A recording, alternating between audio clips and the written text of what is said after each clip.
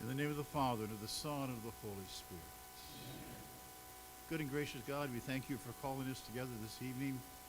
Help us to be present to one another in faith and love and hope and charity. Help us to be cognizant of those who do not have adequate food this evening. Bless all of our nights, especially our new fourth degree nights. We ask you to bless this food. May it nourish us and strengthen us and help us to serve you generously and faithfully. And so we pray. Bless us, O Lord, and these thy gifts, which we are about to receive from thy bounty through Christ our Lord. Amen. In the name of the Father, and of the Son, and of the Holy Spirit. And now our Pledge of Allegiance. I pledge allegiance to the flag of the United States of America and to the republic for which it stands, one nation, under God, indivisible, with liberty and justice for all. And now our national anthem. Oh, say, can you see by the dawn's early light what so proudly we hailed at the twilight's last gleaming, whose broad stripes and bright stars through the perilous fight o'er the ramparts we watched were so gallantly streamed, and the rockets red glare, the bombs bursting in air, gave proof through the night that our flag was still there.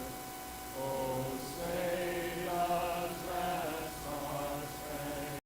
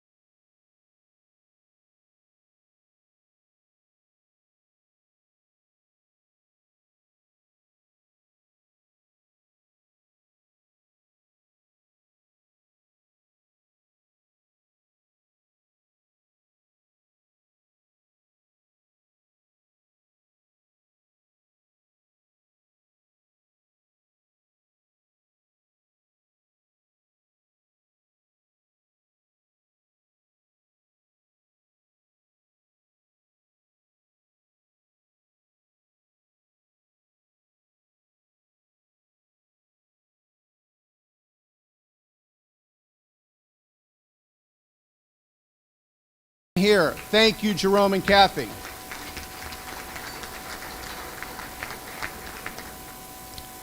How about all those new fourth degree Sir Knights today?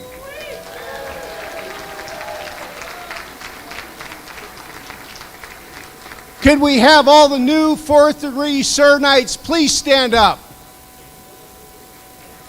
Stand up, fellas. Let's give them a round of applause.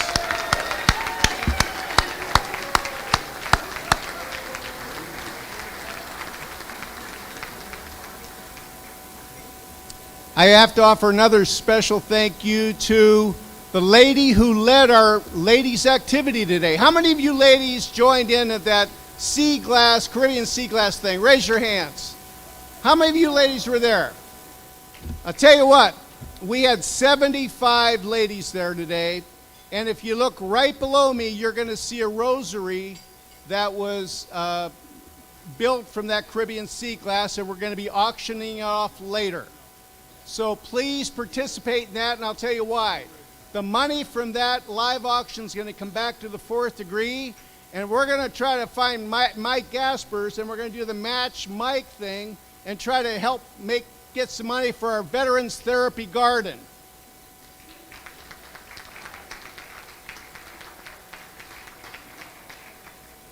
Sue McAtee, where are you? Please stand up. Come on, Sue, stand up. This is the lady that put it together for us. Thank you, Sue. Finally, a lot of our guys have left, but how about the Sir Knights from Assembly 3378? Please stand up. These are some of the guys that helped host today. Let's give them a round of applause.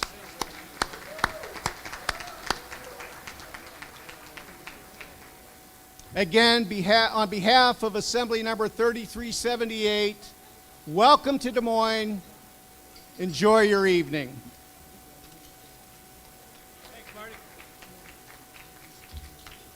Thank you, Marty. So I'd like to do a few introductions. Start at the head table. On my far right, we have Francis and Teresa Schleter. Excuse me, Teresa. Francis, past state deputy, former district master, and former vice supreme master. Next to them are Nancy and Pat O'Keefe, vice supreme master of our Father Padilla province. He's also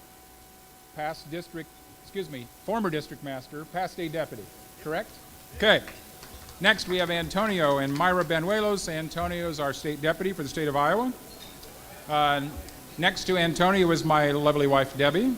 I'm the district secretary for the Iowa district, and your master of ceremonies tonight, Jim Bates.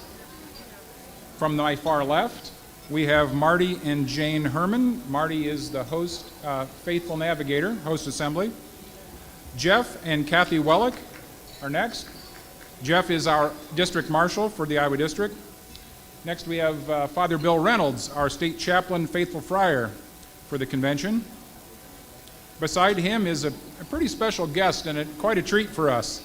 All the way from Texas via Chicago is a retired bishop, Most Reverend Placido Rodriguez. Thank you, Bishop, for being with us. And immediately to my left, Anita Gaspers, the best half of our district masters, Mike Gaspers, and Mike Gaspers, past state deputy and our current district master. Okay, past state deputies that I hadn't previously introduced include John and Cindy Aldrich, Dan and Carol Werner, Joe and Cheryl Ramirez, Dick and Wilma McKinster, Dave and Julie Bellender. Dave's also a former Supreme Director and former District Master. Henry and Betty Fullock, Jim and Sharon Murphy. Jim's also our former Supreme Director. Executive committee members that haven't been previously introduced include Steve and Rose Benami, our state warden, Bob and Pam Douglas, our state advocate, John and Teresa Zweibaummer, our state membership director, and John McGee, our state communications director. For insurance, our general agents, Mike and Jamie Borman, and Tim and Trish Daigle. Next, we have some visiting dignitaries. Monsignor Larry Beeson, our former district friar, and we have Assistant State Chaplains Father Randy Shawn of Diocese of Sioux City, Father Ken Gross, the Diocese of Des Moines, and Father David Ambrosi, Archdiocese of Dubuque. Next is our degree staff. Jerry and Sandy Fetzer. I don't think Sandy's here with us, right, Jerry? Steve and Judy Powers, Vern and Jerry Vonderay, Roy Tangeman. Let's see. Also member, Jeff and Kathy Wellick, our district master, which I already mentioned, marshal, I already mentioned. We have Dick and Wilmer McKinster. I mentioned Kevin and Julie McKinney. And also Dale and Barb Willey, former member of our degree team, and Al and Ramona Kennedy. Also, we have many deacons and priests. If you could wave and so we can acknowledge you. I'd appreciate that.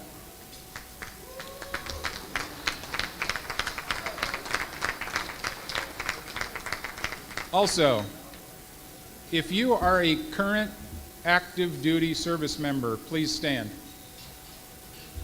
Any active duty service? Okay.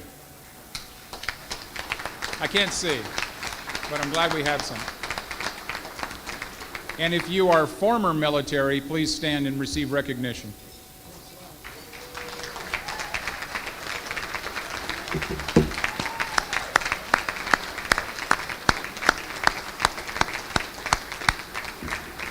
Thank you for your indulgence. If we could give that entire list one round of applause, I would appreciate it.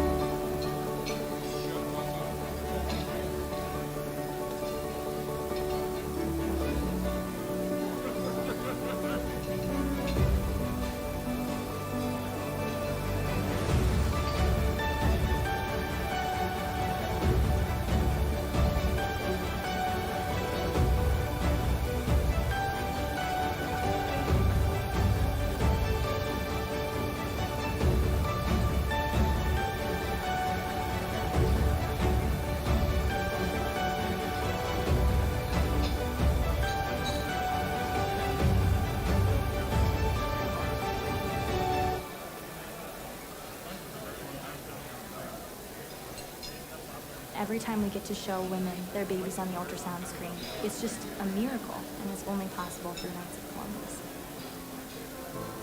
My brother Knights, what greater legacy can any of us have than to save the life of a child? One of my proudest moments as Supreme Knight came when I learned that we had placed our 1,000th ultrasound machine in the Crisis Pregnancy Center. When we began, we were saving hundreds, then thousands, and now hundreds of thousands. And one day soon, I am sure that we will have saved 1 million lives. I was going to get an abortion. When it came down to the day, didn't go. And it was because I had my ultrasound pictures in my hand.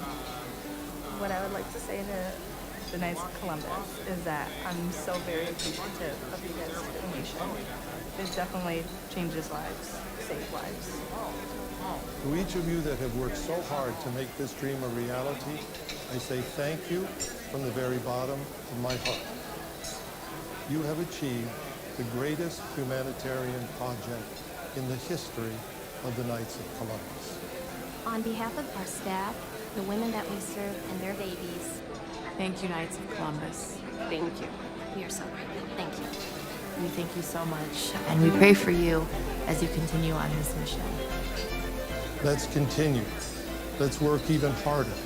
There are even more children who need to be rescued. Together, let us help thousands of mothers discover the new world of their unborn child.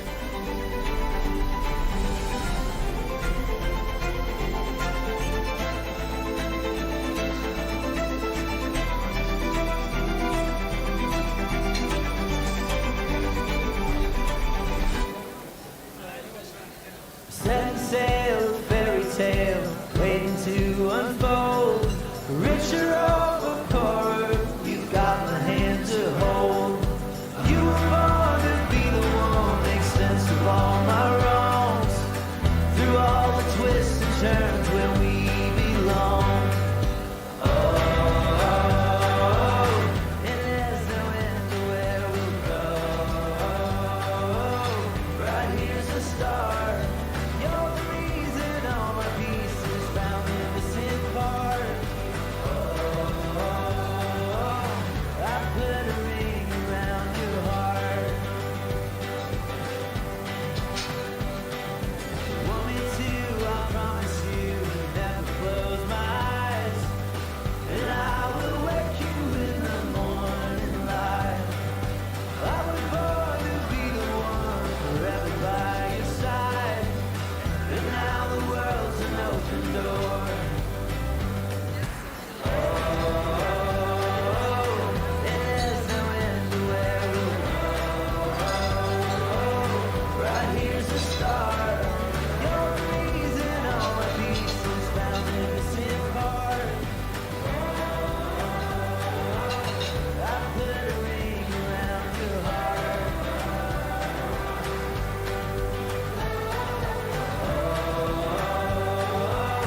I put a ring around your heart. I put a ring around your heart. You put a ring around my heart.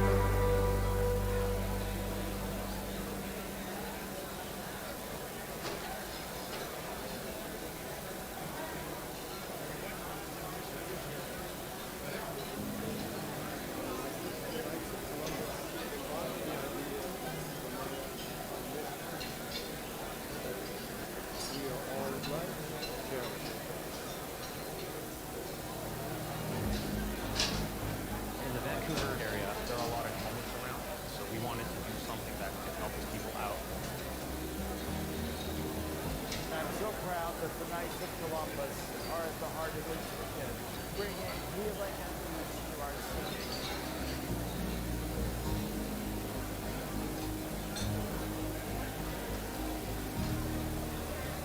Special emulate what the Knights of Columbus is all about. It's a family organization. This gives them an opportunity to feel that courage and that success.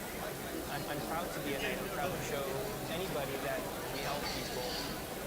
You'll slow down. I was going to get an abortion, didn't go. And it was because I had my ultrasound pictures in my hand.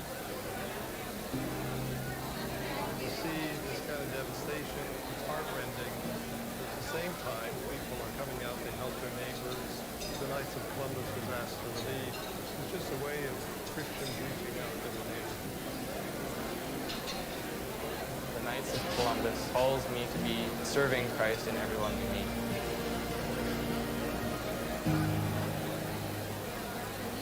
Knights of Columbus have provided food and shelter and other material help. We are an organization that brings Christ charity to millions. We will continue to change lives.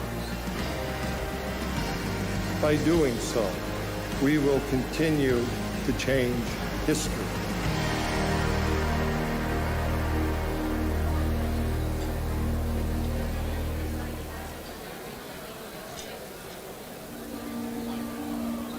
Todos los puertorriqueños van a vivir diferente después del huracán María.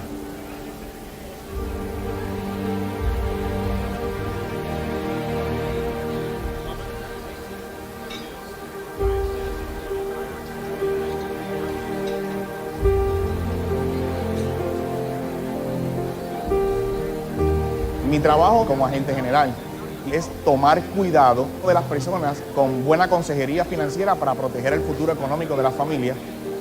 Lo primero que yo tuve que hacer después del huracán fue verificar que los miembros estuvieran vivos, que estuvieran sanos y que mis agentes estuvieran en buena condición para tomar cuidado de los demás miembros. Yo le pido a Dios y al Padre Magifni, el fundador de los Caballeros de Colón, que siempre mantenga su mirada sobre nosotros. I ask to God what I have to do to take care of the members. I really feel that He told me, ask to Magifni. And I feel that He said, take care of my members. Yo espero que al Padre Magifni le guste lo que hemos hecho los Caballeros de Colón.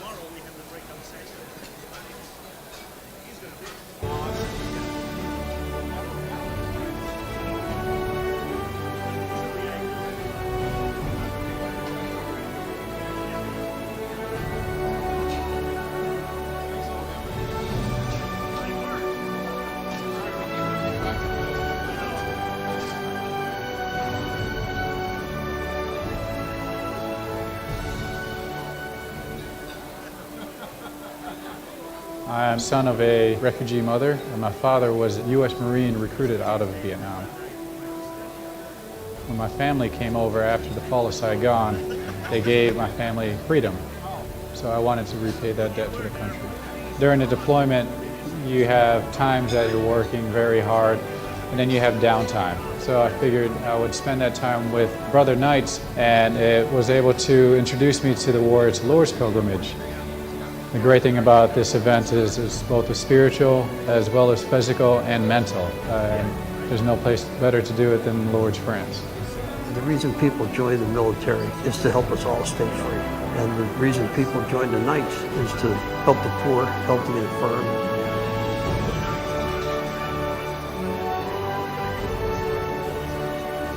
People with intellectual disabilities are still very vulnerable, very much outside the mainstream, very much at the margins of society. Most people don't see them as an important investment. The Knights invest in our population because they believe in humanity. I got involved in Special Olympics. It has made me a better person. It means a lot to me that the Knights support Special Olympics. The Knights took a chance on our athletes, and I believe they ought to be proud of the return. The stake sales are one of the oldest and most well-known traditions here for the Notre Dame Knights of Columbus. What started out as just a normal college fraternity event has turned into a charity event where we've raised over $1 million total. One of the great places that money goes to is the Women's Care Center. Through their steak sandwich sales, they have provided an ultrasound machine every year since early 2011. They don't realize how much a difference they make in women's life. I mean, honestly, life or death for a child just seeing and hearing their child. Christians in particular were targeted. You can hear the different weapons. People know that anytime they might lose their life. When the great tragedy was taking place, the Knights of Columbus said we have to do something. We are helping our fellow man, our fellow human beings in the faith. Era un huracán y nunca visto. Fue básicamente a las necesidades fundamentales como el agua. A good 80% of the community did not have water. When the Hurricane Maria comes, every week we are cooking 500, 600, 400 hot dinners for the affected people here in Patillas. The most important thing that Knights of Columbus members do is the charity. And that is what we are doing after Maria.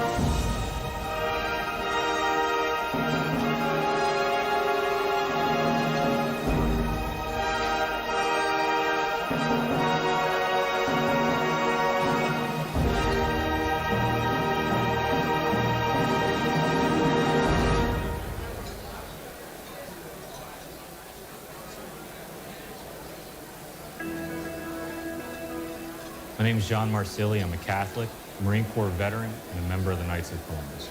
I was in the Marine Corps from 2008 to 2012 on active duty. I served in Afghanistan from 2009 to 2010 in the 2nd Battalion, 2nd Marines, Gulf Company. I served in the Marine Corps to give back to my country. My job was I was an infantryman. I was a designated marksman within my platoon. When things would get bad, you act instinctively.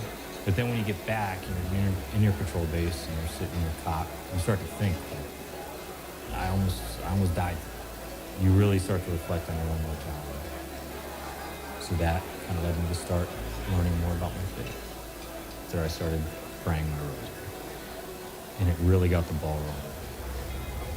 After my time in the Marine Corps, I came back home in 2015. I married a wonderful Catholic woman who inspired me to increase my faith even more. Being a dad, I learned how to put my needs second after my kids. I have 3 daughters under 3, and I teach them the faith through my example. The Knights being a fraternal organization, it was an easy segue from the Brotherhood of the Marine Corps to the Fraternity of the Knights. Joining the Knights was easy. They made it a lot easier now. You can go online, fill out a quick form, they send you an email, and you're a member. You can select if you want somebody from the local council to contact you, plug you in, and you can start today. Once I became a member, I instantly had faith at my fingertips, and you could see what the Knights are doing around the world. Joining online is the first step in a lifelong commitment. My faith to me is more than just going to church on Sunday, and the Knights of Columbus give me a way to put my faith into action and serve my community and serve my family.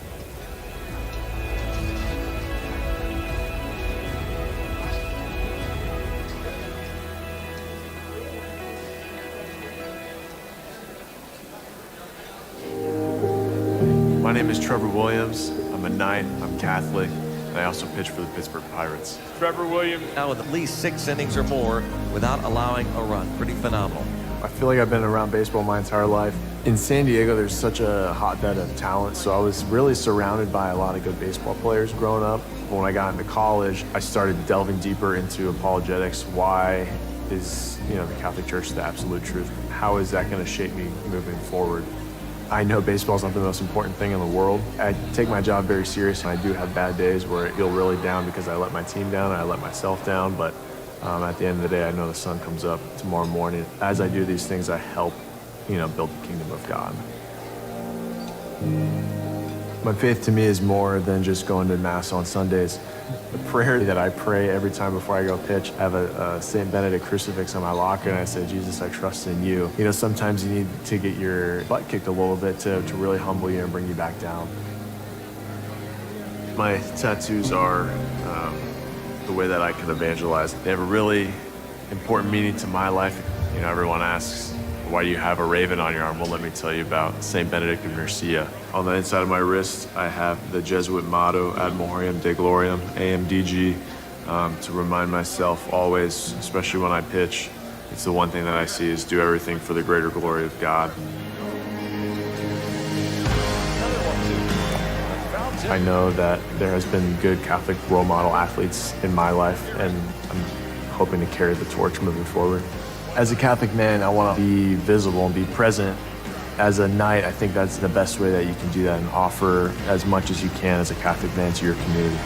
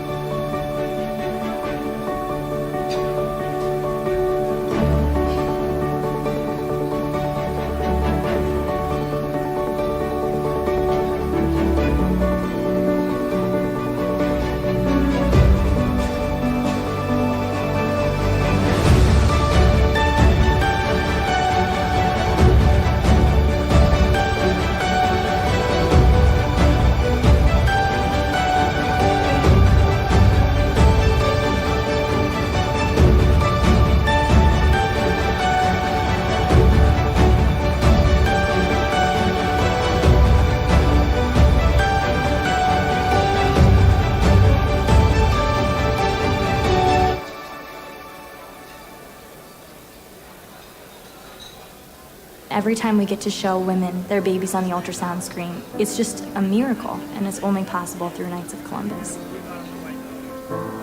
My brother Knights, what greater legacy can any of us have than to save the life of a child?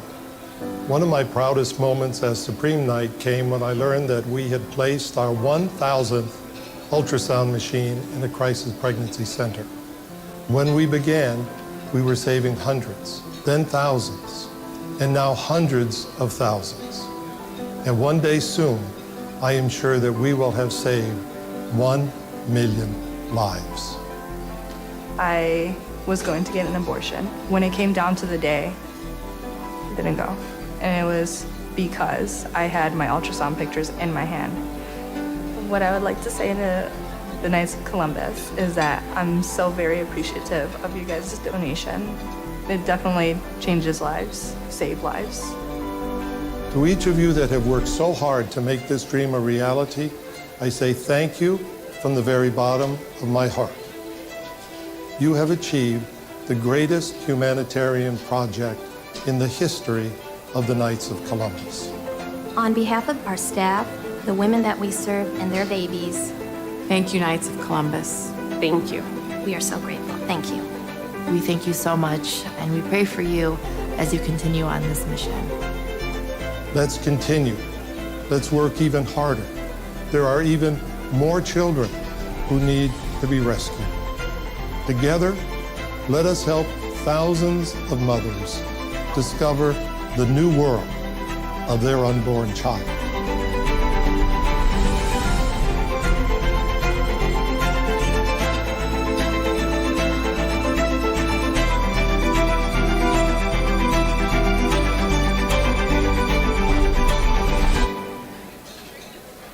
Setting sail, a fairy tale, waiting to unfold. Richer or for poorer, you've got my hand to hold. You were born to be the one, make sense of all my wrongs. Through all the twists and turns where we belong. Oh, and there's no end to where we'll go. Right here's the start. You're the reason all my pieces found in the city park.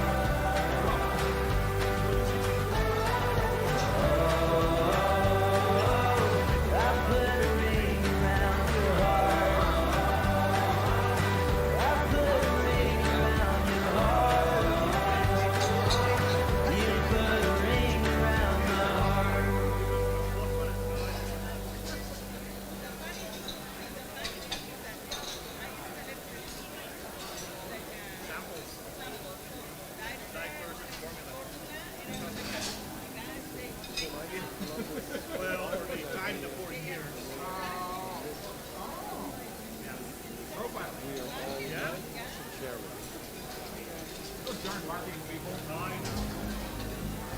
In the Vancouver area, there are a lot of homeless around, so we wanted to do something that could help people out. I'm so proud that the Knights of Columbus are at the heart of this weekend, bringing healing and peace to our city.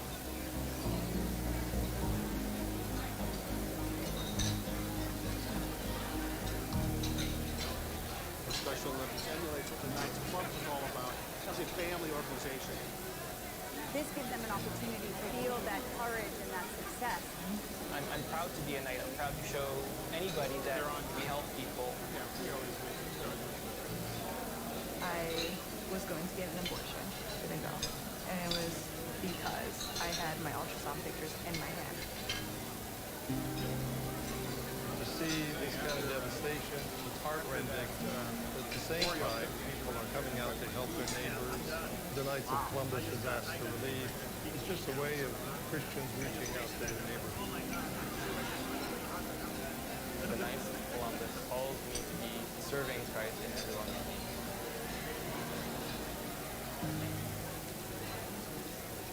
Knights of Columbus are providing food and shelter and other needed help. We are an organization that brings Christ's charity to millions. We will continue to change lives. By doing so, we will continue to change history.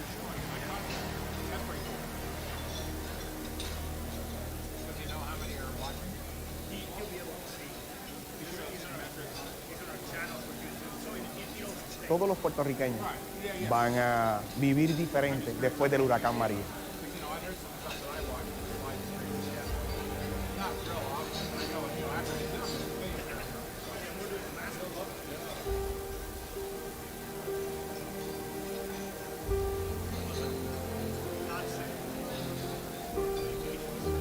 Mi trabajo como agente general es tomar cuidado de las personas con buena consejería financiera para proteger el futuro económico de las familias. Lo primero que yo tuve que hacer después del huracán fue verificar que los miembros estuvieran vivos, que estuvieran sanos y que mis agentes estuvieran en buena condición para tomar cuidado de los demás miembros. Yo le pido a Dios y al Padre Magini, el fundador de los Caballeros de Colón, que siempre mantenga su mirada sobre nosotros. I ask to God what I have to do to take care of the members. I really feel that he told me, ask to Magini. And I feel that he said, take care of my members. Yo espero que al Padre Magini le guste lo que hemos hecho los Caballeros de Colón.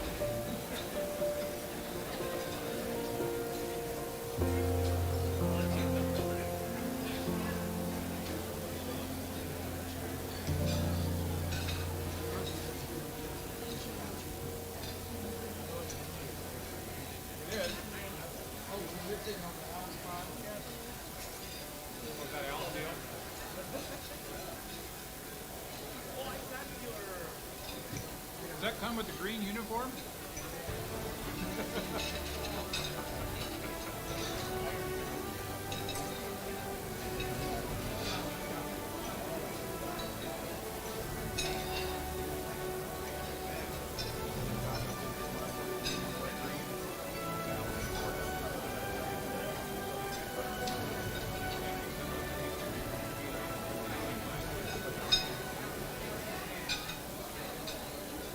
I'm son of a refugee mother, and my father was a U.S. Marine recruited out of Vietnam. When my family came over after the fall of Saigon, they gave my family freedom. So I wanted to repay that debt to the country. During the deployment, you have times that you're working very hard, and then you have downtime. So I figured I would spend that time with Brother Knights, and it was able to introduce me to the Warriors Lord's Pilgrimage. The great thing about this event is it's both a spiritual as well as physical and mental. There's no place better to do it than the Lord's Friends. The reason people join the military is to help us all stay free. And the reason people join the Knights is to help the poor, help the infirm.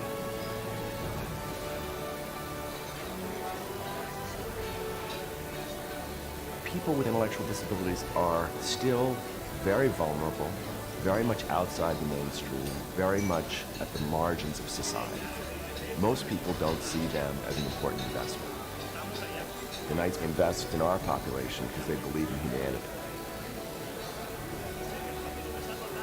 I got involved in Special Olympics. It has made me a better person. It means a lot to me that the Knights support Special Olympics. The Knights took a chance on our athletes, and I believe they ought to be proud of the return. The stake sales are one of the oldest and most well-known traditions here for the Notre Dame Knights of Columbus. What started out as just a normal college fraternity event has turned into a charity event where we've raised over $1 million total. One of the great places that money goes to is the Women's Care Center. Through their stake sales, they have provided an ultrasound machine every year since early 2011. They don't realize how much a difference they make in women's life. I mean, honestly, life or death for a child just for seeing and hearing their child. Christians in particular were targeted. You can hear the different weapons. People know that anytime they might lose their life. When the great tragedy was taking place, the Knights of Columbus said we have to do something. We are helping our fellow man, our fellow human beings in the faith.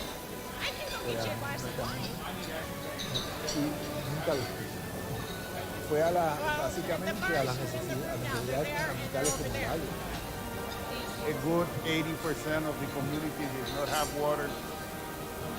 In the Hurricane Maria comes, every week we are cooking 500, 600, 400 hot dinners for the affected people here in Fatima. The most important thing that Knights of Columbus members do is the charity. And that is what we are doing after Maria.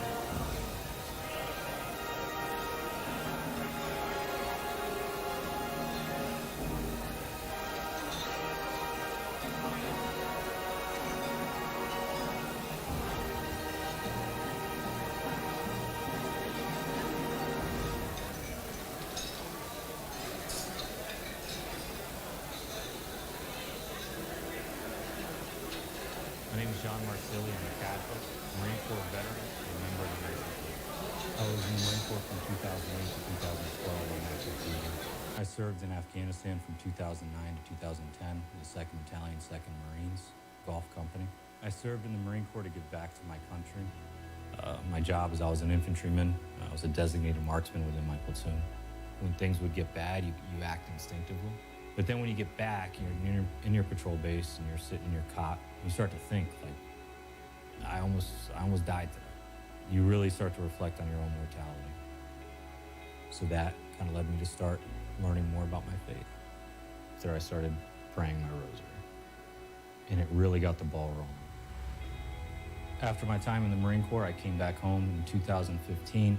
I married a wonderful Catholic woman who inspired me to increase my faith even more. Being a dad, I learned how to put my needs second after my kids. I have 3 daughters under 3, and I teach them the faith through my example. The Knights being a fraternal organization, it was an easy segue from the Brotherhood of the Marine Corps to the Fraternity of the Knights. Joining the Knights was easy. It made it a lot easier now. You can go online, fill out a quick form, they send you an email, and you're a member. You can select if you want somebody from a local council to contact you, plug you in, and you can start today. Once I became a member, I instantly had faith at my fingertips, and you could see what the Knights are doing around the world. Joining online is the first step in a lifelong commitment. My faith to me is more than just going to church on Sunday, and the Knights of Columbus give me a way to put my faith into action and to serve my community and to serve my family.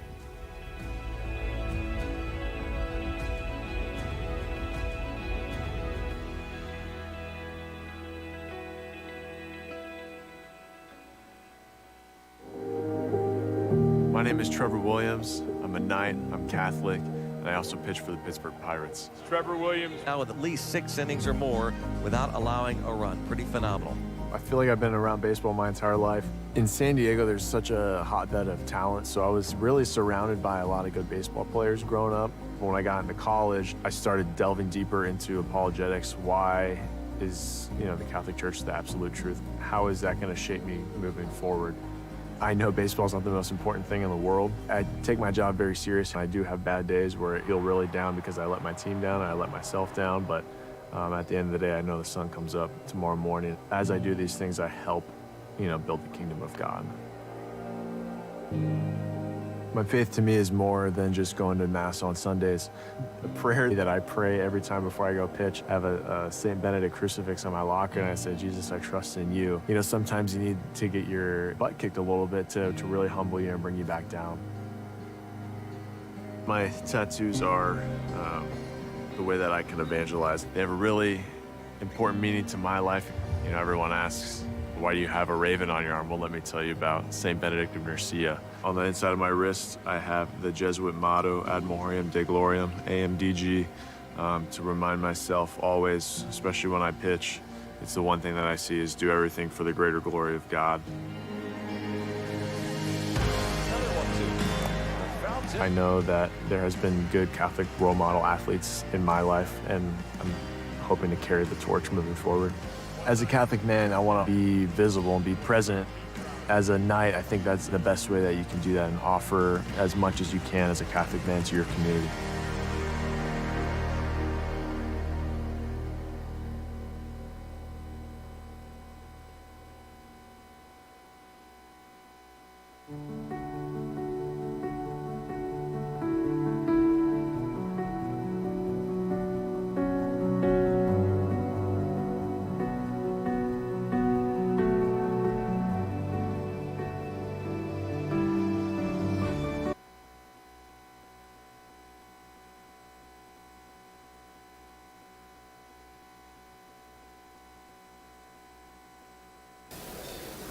Ladies and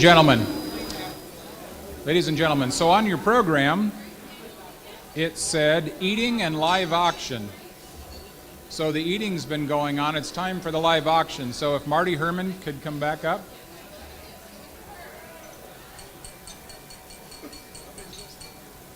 Hey, listen. Don't listen to Marty. All right, this is a test. How many of you guys remember, how many of you Sir Knights remember what the Mike Gasper Challenge is? Anybody? Raise your hand. Anybody hear that today? Who went to the meeting and who went to the bar? I don't see many hands going up. All right, I was there.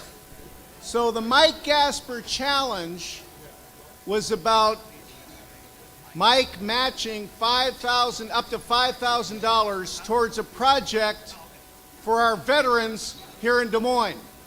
It's called the Veterans Therapy Garden. So I want you to think about that as we get into this auction, because the lady who has facilitated the auction item, which if you look right below me, there's a rosary made of Caribbean sea glass. She's going to come up and tell you about it. The proceeds of that, she has asked for. She walked by the desk out there by Mark Lau and Bob Ukina, and she saw that and she says, we need to give some money to that. Now this is a $250,000 project. I know Mark mentioned $170,000. This is a $250,000 project, and we need the Knights to get behind it.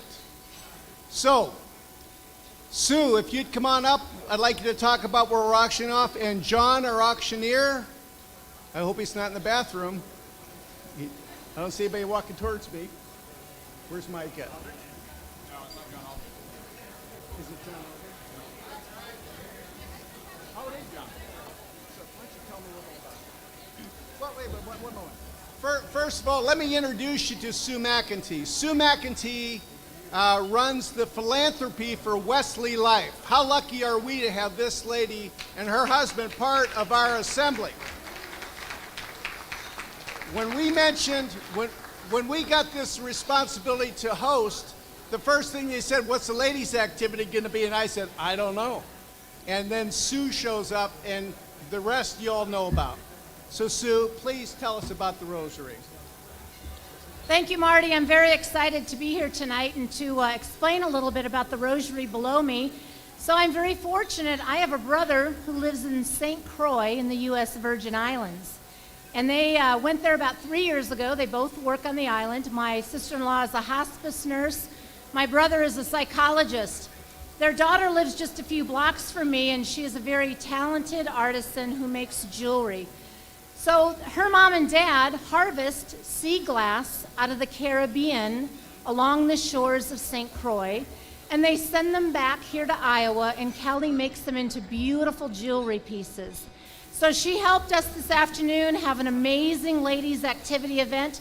We had just over 75 ladies who came in and made custom bracelets for themselves and participated in a really exciting activity.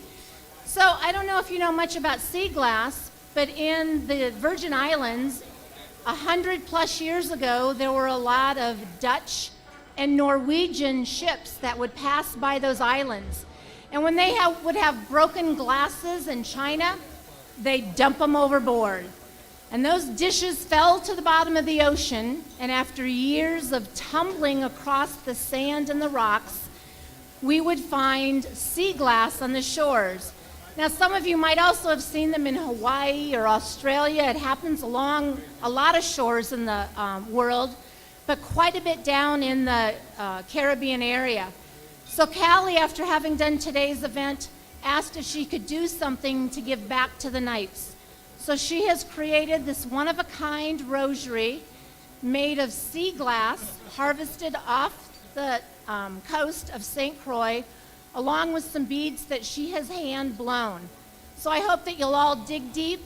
Let's get that $5,000 matched tonight, and somebody can go home with this beautiful piece of, I think, God's handiwork.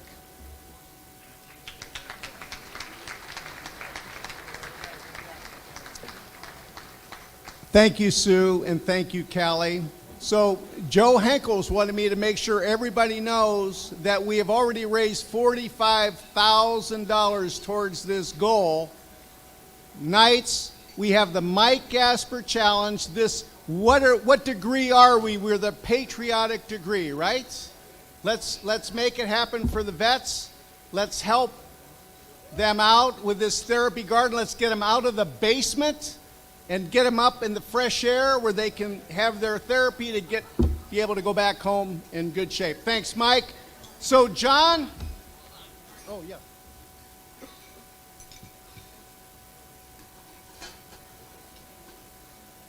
Yeah. Thank you, Anita. Again, when you spend on this is to a 501c, so this is a fully deductible charitable contribution. Knights, give us a hand here. Let's help the vets.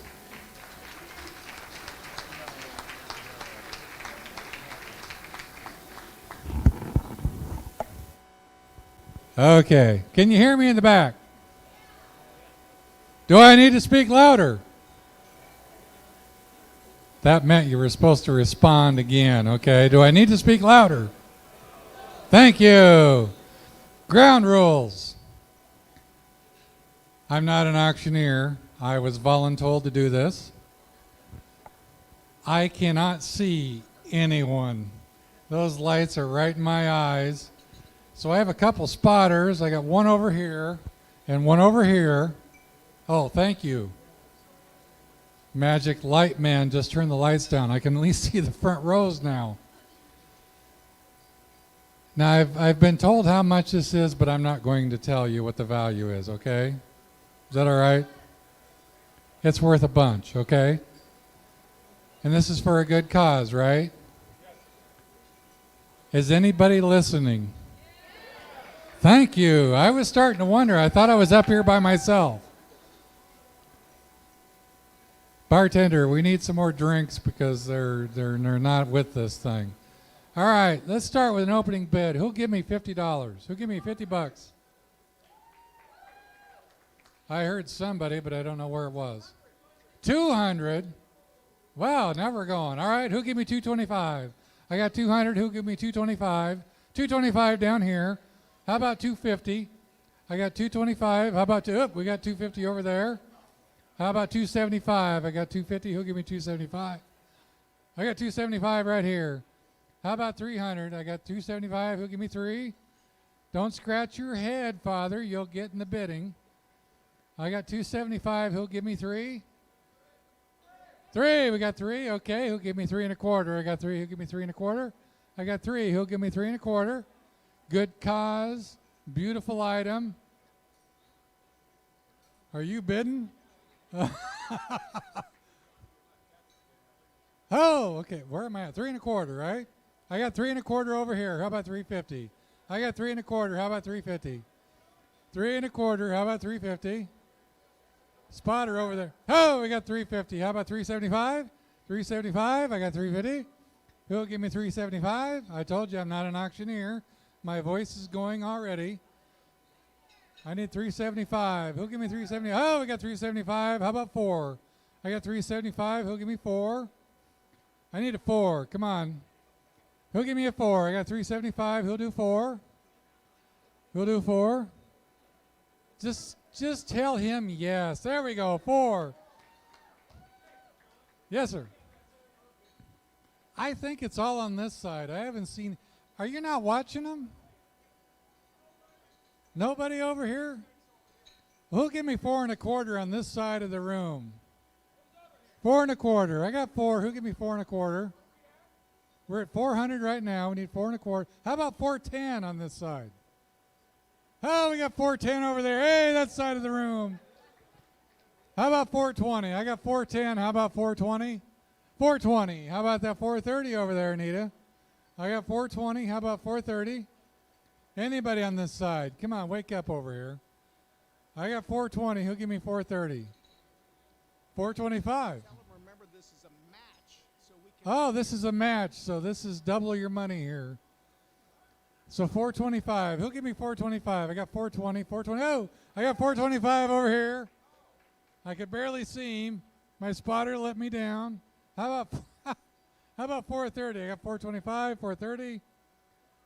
420. Who'll give me 430? Whoa, 430 over here. 435? 435 over there. I got 430 up here. All of a sudden, I think I died. Am I still speaking? Okay. I got 430. Who'll give me 435? 430. Who'll give me 435? I think I died here, John. I got 430. 435 over there. Okay.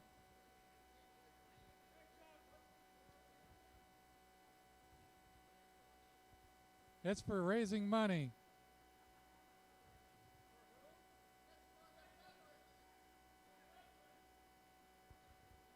Hey, John, get off the phone. I don't think anybody can hear me. There we go. All right, we got 435 over there. So who'll give me 440? This is helping veterans, folks. Oh, we got 440. Hey, thank you, whoever my spotter was over here. I got 440. How about 445? I have 440. 445 over there. 450. That side of the room is heard from. I got 445. Who'll give me 450? 450. All right. 455. 455. I got 450. 455. She's thinking about it. I got 4. Where am I at? 445? I'm asking for 450, right? 455 over there. Now we're looking for 460. 460 over here. If y'all would have been after this a little quicker, I wouldn't be going by 5s. How about 470? Let's just move this along here. I got 460 over here. How about 470?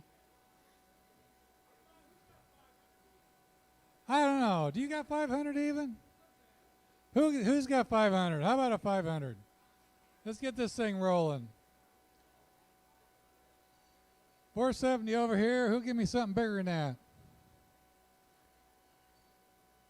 I think I'm at 470. I've lost track now. Do you know where I'm at? All the veterans need to stand. Okay. Who'll give me 500 while the veterans are standing? Oh, we got veterans out there. You guys have quit tuning me out, haven't you? Come on, veterans. Let's go. Let's see the veterans.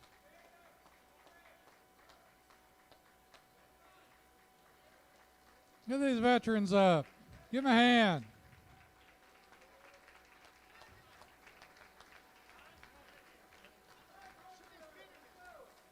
All right, I got both of you saying the same thing, so now I don't know what to do here. She told me first. Yeah. I got 500 up here. 510? Well, we got the veterans up. We got the 500. Who'll give me 510? I got 500. Who'll give me 510? I got 500. Who'll give me 5? Don't stop here now. It's still a good deal. It's a beautiful piece. It's going for a good cause, and it will be matched, as I understand. He doesn't know about that. I guess he found out. Yeah.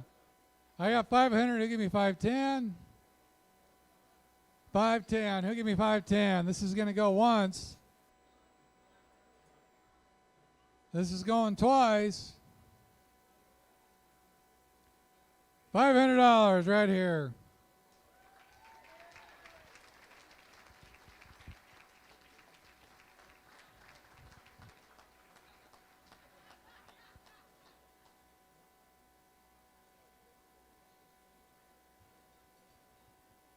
Okay. I thought I was done. You thought you were done with me, didn't you? I was just told that 500 is just a donation for Mike and Anita, and they want us to sell it again. So here we go. But let's not mess around this time. Who'll give me $400 for it? We were at 500 a minute ago. Who'll give me 4 right now? $400. Come on. Hey, you were bidding earlier. Come on. 400. That's 100 off of what it was a minute ago, and you all were bidding. So come on. You are hearing this over here, right? She's thinking about it. They're debating. How about over here? You were bidding a little bit ago for more than 400. How about 400 now? 400. There we go. How about 4 1/4? You let him sit next to you, and now you're not bidding. What's the deal here? Do I got to move him away? 4 1/4. There we go. How about 450? I got 4 1/4. How about 450? Anybody on this side of the room?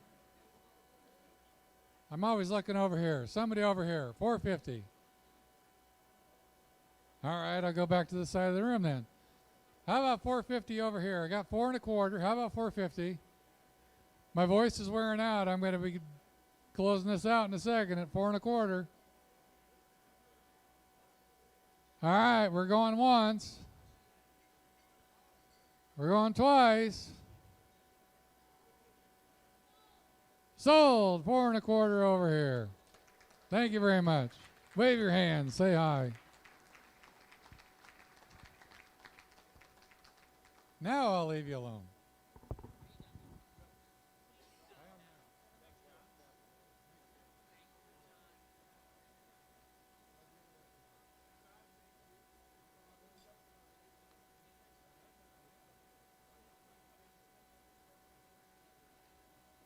Thank you for your patience. So next on our agenda, not hearing John. I know. Are we good? Okay. Just a second. I'm trying. Are we there now? Are we there?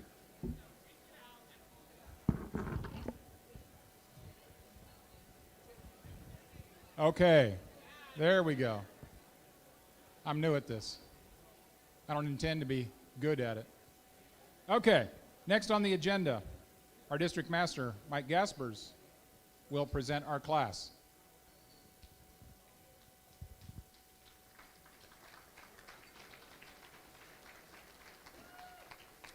Good evening out there, you lovely ladies and all the men you brought with you. Some of them look pretty good. And the ones we're most impressed with this evening are those that joined the 4th degree this afternoon. Could I have all of the new 4th degree Sir Knights please stand with your ladies and be recognized.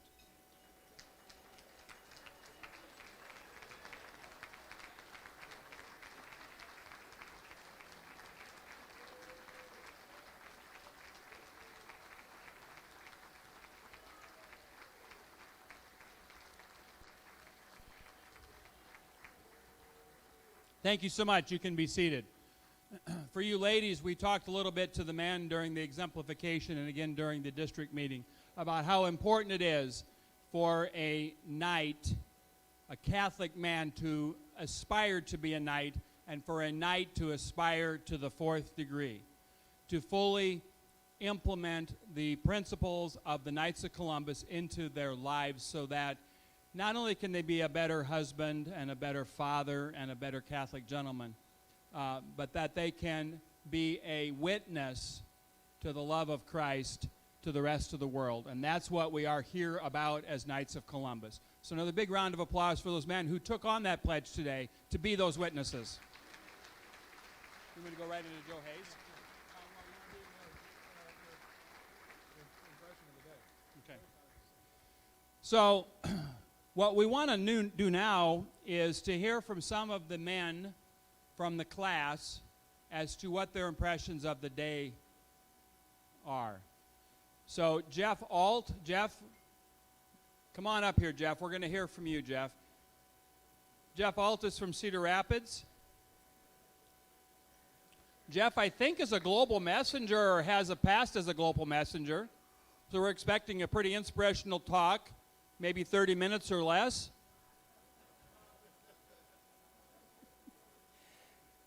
Sir Knight, Jeff Alt. Thank you. My goodness, what a crowd.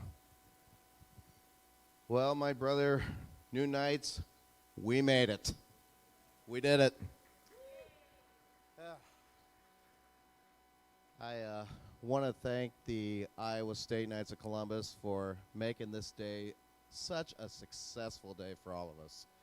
And I want to wish all of you, my brother Knights, the best of blessings and luck this week here at the Knights of Columbus State Convention. And I've been waiting almost 17 years to make this happen. So, thanks.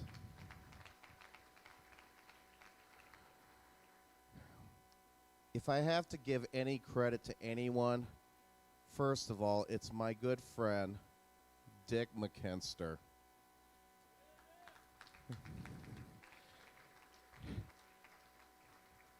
Dick and his wife Wilma have known me since I was a kid, and year after year, they have been patiently waiting with me to finally get my 4th degree, and now they don't have to worry about that anymore.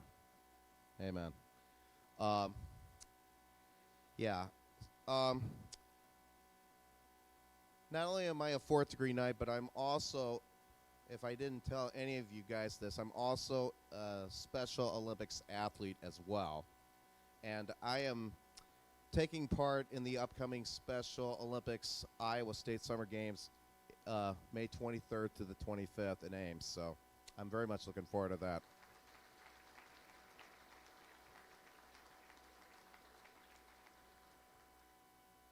My impression on being a 4th degree knight was because I think it's time for the youthful members of the Catholic faith to step up. I mean, there are assemblies that are probably, who knows, will they get younger? I don't know. But if any of you guys have any young people in your assemblies, in your parishes, persuade them, persuade them, persuade them. It will change their lives completely.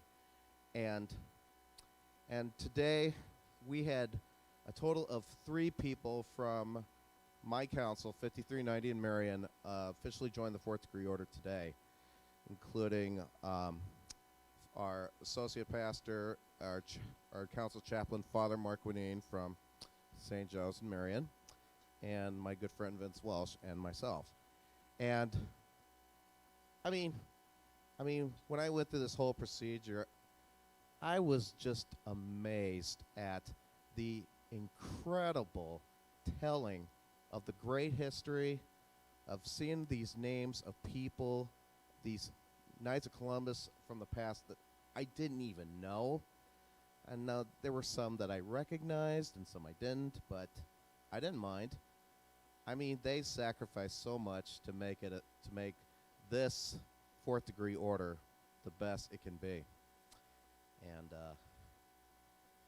And but I'll tell you, when I got this, one of the things that I remembered about today was I had this on the wrong way. So I had to have someone readjust that in time. So everything turned out great after that. So, I mean, and the moment that I knelt and got knighted, oh my gosh, I was almost in tears. Oh my gosh. I mean, to think that it took me this long to have finally achieved that dream. So, what can I tell you? I'm still shocked. So, but I want to say thank you to Michael Gaspers, Antonio Banuelos, muchas gracias. Yeah, I learned a little Spanish in my past, so.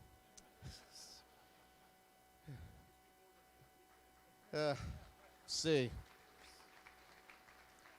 And again, thank you to all these wonderful, wonderful people of the Iowa State Knights of Columbus, and I'm just looking forward to becoming the newest, youngest member of the Father John R. Gallagher Assembly of Cedar Rapids in Marion. I couldn't be more excited. And I won't keep you waiting any longer. I'll make this short so I can we'll keep the program going. So, thank you, God bless, and good night.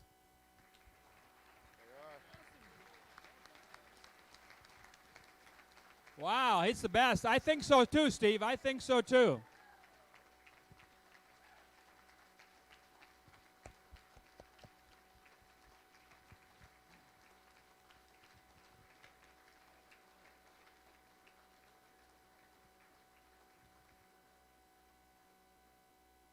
You know, are we good? We're good? Okay. You know, we hear so much about diversity these days, sometimes not in the most appealing way. But for me, today, we saw more diversity in our incoming Sir Knights than any other time that I can remember. And I'm going to invite to the podium another person from today's class who represents another culture. A Catholic culture, but another culture, and we want to hear from him what his impressions of the day are. So I'm going to ask to come to the podium Reverend Mr. Francis Chan. Francis?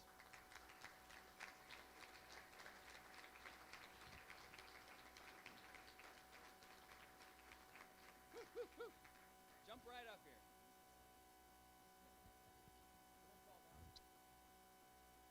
Good evening, and please excuse my English because I'm still working on it. What a wonderful day. And before I express myself and my feeling this tonight, I would like to send a very sincere gratitude to my dear friend and his wife, his state deputy, Mr. Antonio, and his wife Maura. Without them, I wouldn't be here this tonight. A friend that I knew about 10 years ago, and we become like a true brothers from different mothers.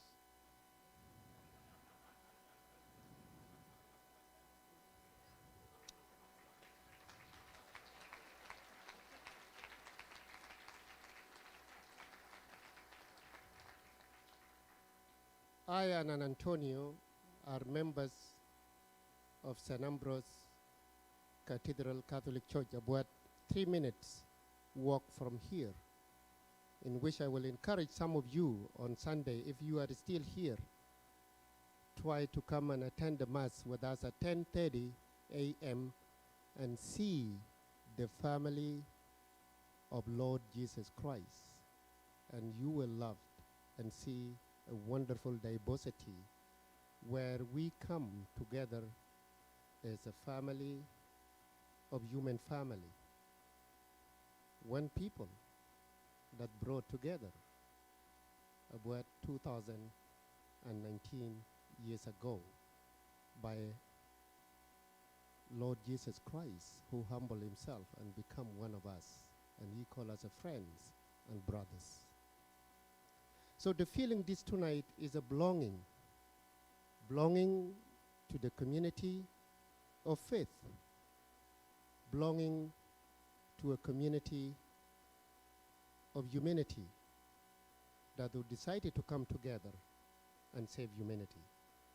And I'm very sure that that's one of the reasons many of us are here this tonight.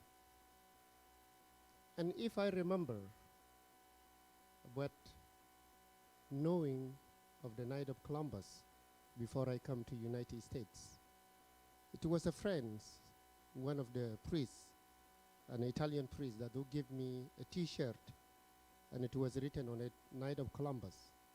And I was wondering, and I'm talking now about 40 years ago, when I didn't have any clue about Night of Columbus. Thank goodness I was given this opportunity to come to this wonderful and beautiful country and experience the great work that the Night of Columbus do here. But I wanted you to know how you express your faith outside the United States through the services that you provide to the people who are in need. Each one of us, through the degree we receive today, are being called to be a true missionary disciples, to go out to the world and express our faith through services that we provide. So the feeling this tonight is becoming one of you in a common goal that all of us carry out to the world, that we, by the virtues of our baptism, have been called to exercise our faith. I'm so glad that today, which is how the thing works in many different ways, I was received together with my former rector in seminary, Father Bashir Abdul Samad, from my country where I come from, Sudan, which has happened to be my rector in seminary 40 years ago. So this tonight, we become a colleague with Father Bashir. Also, I was joined this tonight also by 3 of my best friends, Luis and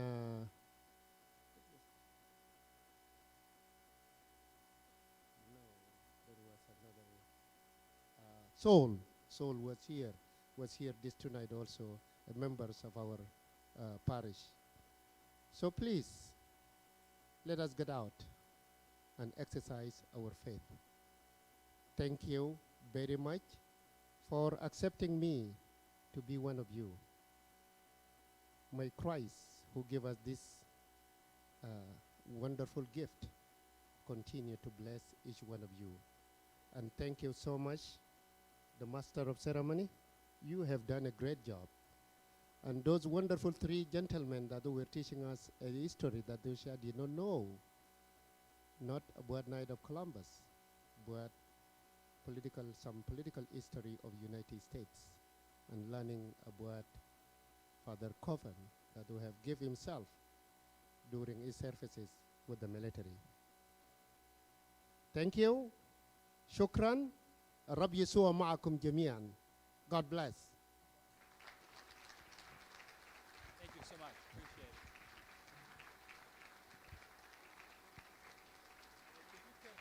Don't fall down.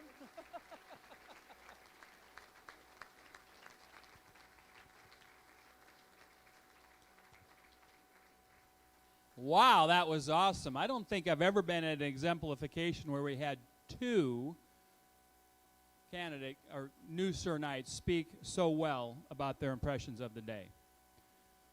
Part of the reason we are here today is obviously to bring in new Sir Knights, but we did so in honor of another Sir Knight who has spent many years exemplifying what it is to be a Knight of Columbus, to be a faithful Catholic husband and person in the parish, a contributor to the community, and that's Mr. Joe Hayes.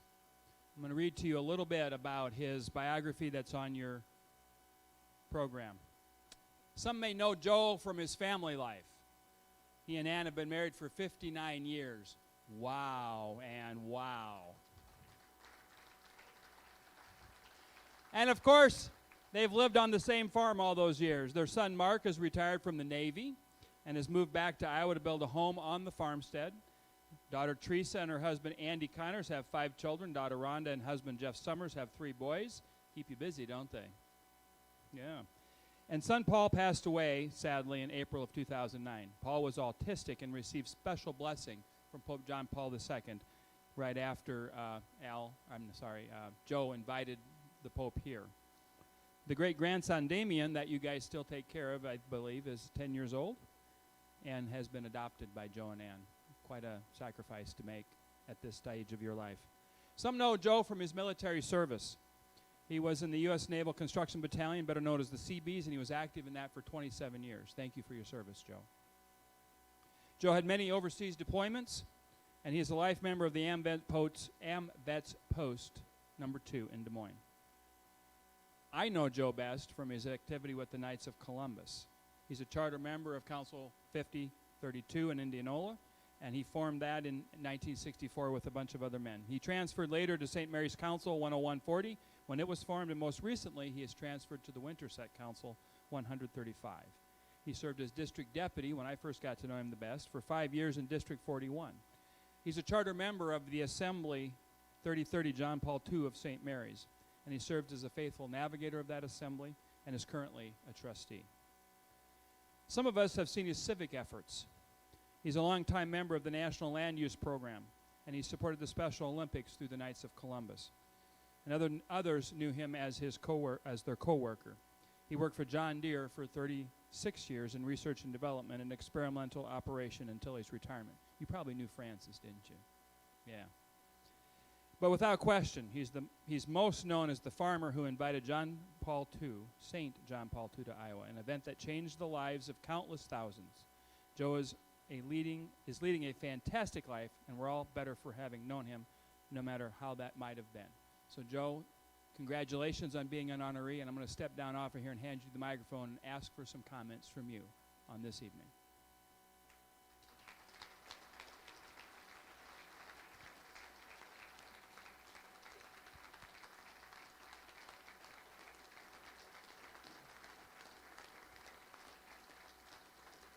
There you are. Got to get it real close to your mouth. Thank you, folks. It's a pleasure to be here tonight with you, which I would have guessed that maybe I couldn't be here tonight with you because of the efforts of my spouse, my loving wife. Getting me together helped a lot, and I really appreciate it and want to make sure you know that. Also, there's another sitting here. I have to bring this up. I think about this guy who's been with me, around me, since 1958, and this is Francis Teresa Schluter, okay, and I worked with him, but I also got to know him kind of personally and really appreciate his friendship. He's always been close by and very pleasant to be around and helped me a lot. Thank you. The other thing I'd like to mention is the priests that are here tonight and the priests that are not here tonight, that we, the Knights of Columbus, love to serve. We serve the priest. We take over whatever he asks, we'll do it. And with Winterset, we're doing it great. I'm proud of it. 1035 is big time moving on. and we're entering a new fiscal year, so we're doing that.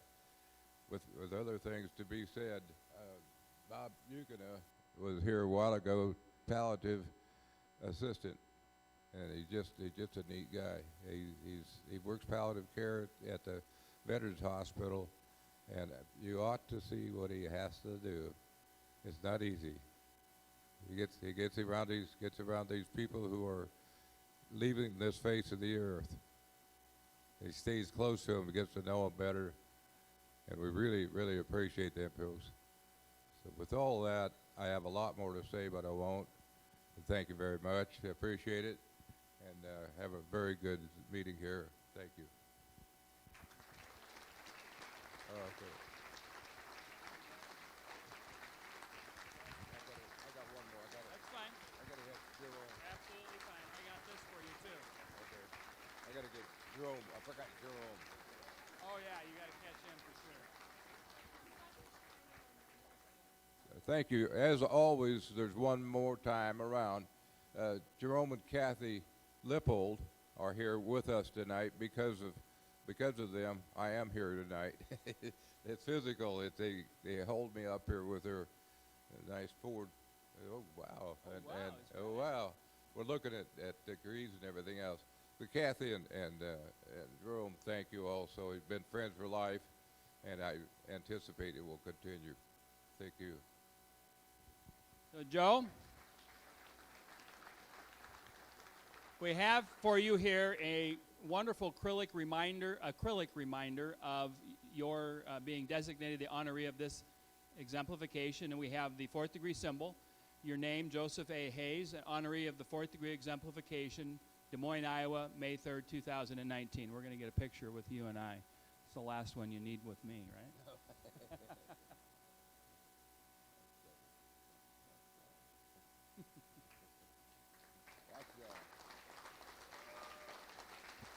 Congratulations and thank you. You got one over here too.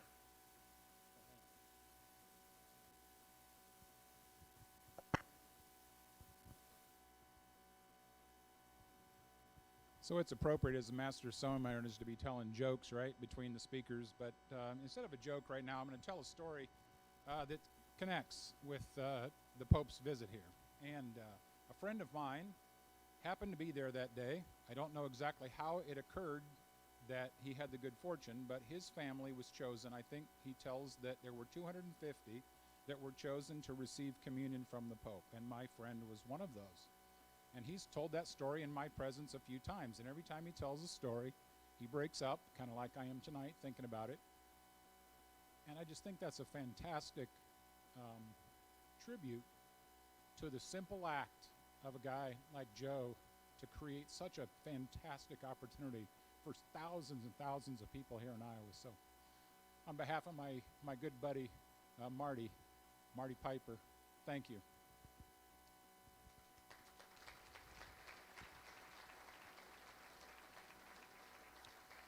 So next on our agenda, we're going to hear some greetings from the state, our worthy state deputy, Antonio Banuelos.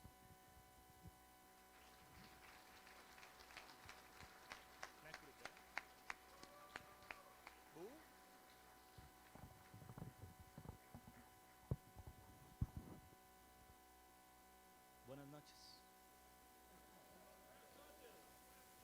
Más fuerte. Okay. Somebody said louder, so I'm sorry. Your Excellency, Bishop Placido Rodriguez, worthy State Chaplain, Father Bill Reynolds, worthy Vice Supreme Master, Pat O'Keefe, worthy District Master, Michael Gaspers, past state deputies, state officers, Reverend Fathers, brothers all. I'm going to say it because Myra told me not to do it. And dear sisters-in-law, because you are my brother's wives, right? So, she was right. I shouldn't have said that, so. I'm sorry. Always listen to the wife. Okay. So we gather today for the 4th degree class. What does 4th degree mean? We talk about charity, unity, fraternity, and patriotism. Those are 4 statements, mission statements, a way of life. Those four work much better when they're together. When you think of charity, is caring about our neighbor, following Jesus' witness of service, and do unto the smallest one what we would do for him. Unity, we need each other. We need to work together. We're many parts, we're one body. This way we're God's eyes, arms, hands, and feet on earth serving his people. Fraternity, fraternal Christian love that comes to serve others and see everyone as sons and daughters of God. So today is the fourth degree, is patriotism. I was thinking about what am I going to say patriotism, so I took my phone and I Googled it. What's patriotism? Love for country. But if we look at our country today, do we really love our country? And when I was thinking about that is people who love their country don't kill the babies before they're born. People who really love their country don't kill the sick or the elderly with euthanasia. People who love the country, they don't discriminate anyone because of race, color, gender, national origin, intellectual ability, physical ability, immigration status. If you're in this country to work hard, to build a family, to raise a family, to follow Christian values, and contribute to make a better community, you are welcome here, no matter what your immigration status is. So that, my friends, is the love of country that no other organization has but the Knights of Columbus. Because we defend life from conception to natural death. We respect any status of anyone, and we see them as children of God. Special Olympics, our wheelchair program, our Coach for Kids, everything we do is for love of country. And as we saw today, when we were taking the group picture, the guy who was organizing the picture, I like the way he said it. You, the tall Hispanic guy, please move to the right a little bit. You, the Asian guy, come to the front a little bit. That's when I told Deacon Francis. They started with the Mexicans, the Asians, they're coming for the Africans next. But that, my friends, is what Mike was saying. We had the most diverse class that we had in many years. I remember 9 years ago, here in Des Moines, I was invited by Mr. McKinster to do the first interpretation of the fourth degree into Spanish using headphones. 9 years ago is when Dr. Al Kennedy came to me and he says, "Are you going to finally shut up so we can start?" And I said, "Doc Al, I'm translating." He said, "Don't speak to me funny, shut up." So, but that's what we are doing. We're embracing everyone in this country, from the unborn to natural death, born in the U.S., coming from Africa, from Asia, from America, from South America. If you're in this country, if you really love Jesus and you really want to make a Catholic foundation here, you're welcome in this country and you're welcome in the Knights of Columbus. So I welcome you, new fourth degree Knights, for the love you have for the country, and every brother born everywhere in the world who joins us today. Congratulations. Viva Jesus. I'm proud to call you, all of you, my brothers. Thank you.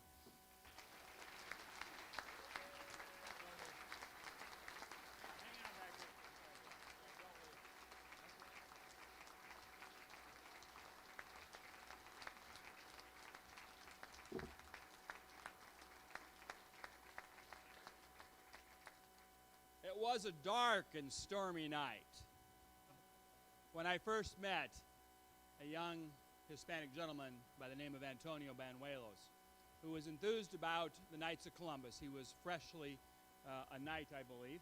Hadn't been too long anyway. He was a baby knight. And I was the state deputy, and I had driven down to Des Moines on a very crappy, cold winter evening. We had bad fish, as I recall. Somebody was practicing for a fish fry. But we talked about the Knights of Columbus and forming a council And I'm so proud of that little bit of encouragement that I was able to give Antonio that started him on a path that led him to here today, not only as state deputy, but I think more importantly, as one of the best outreach agents, evangelizers that we've had in the Knights of Columbus, to reach out and invite all of our diverse Catholic population in the state of Iowa to join us as Knights of Columbus and to defend the values of our faith. And because I am very much appreciative of what Antonio has accomplished, is accomplishing, and continues to accomplish, I want to offer him this plaque that says, for outstanding leadership and inspiration as the Iowa State Deputy 2017 to 19, awarded this May 3rd, 2019.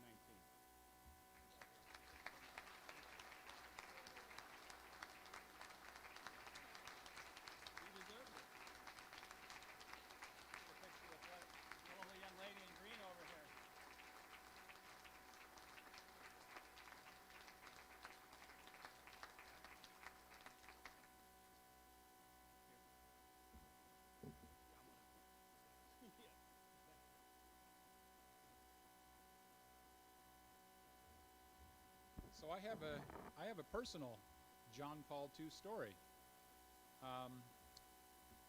In 1979, I was on a plane from Chicago to Boston, and right before we got to Boston, we were told that we would be delayed in leaving the airport.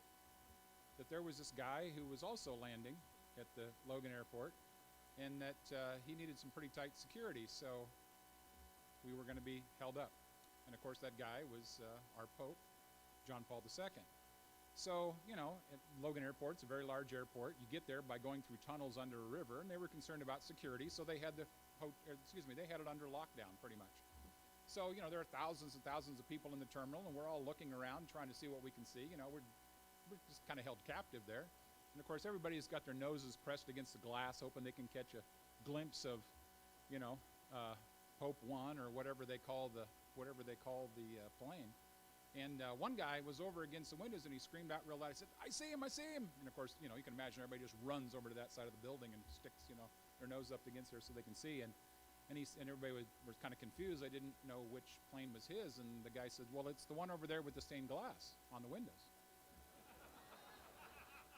So, part of that story is true. I'll let you figure out which part isn't. Next on our agenda, greetings from our Supreme Master, Pat O'Keefe, who is our current Vice Supreme Master, our former District Master, and past State Deputy. Pat?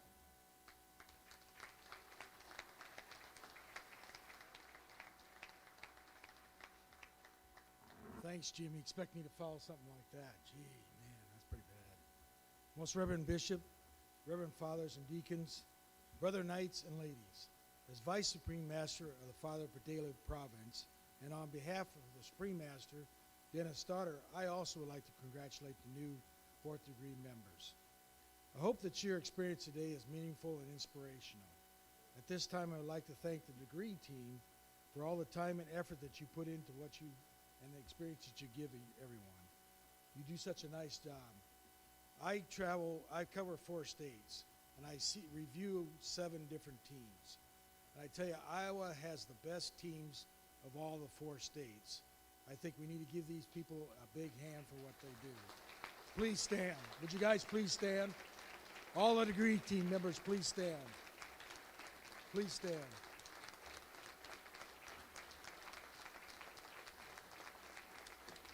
Thank you.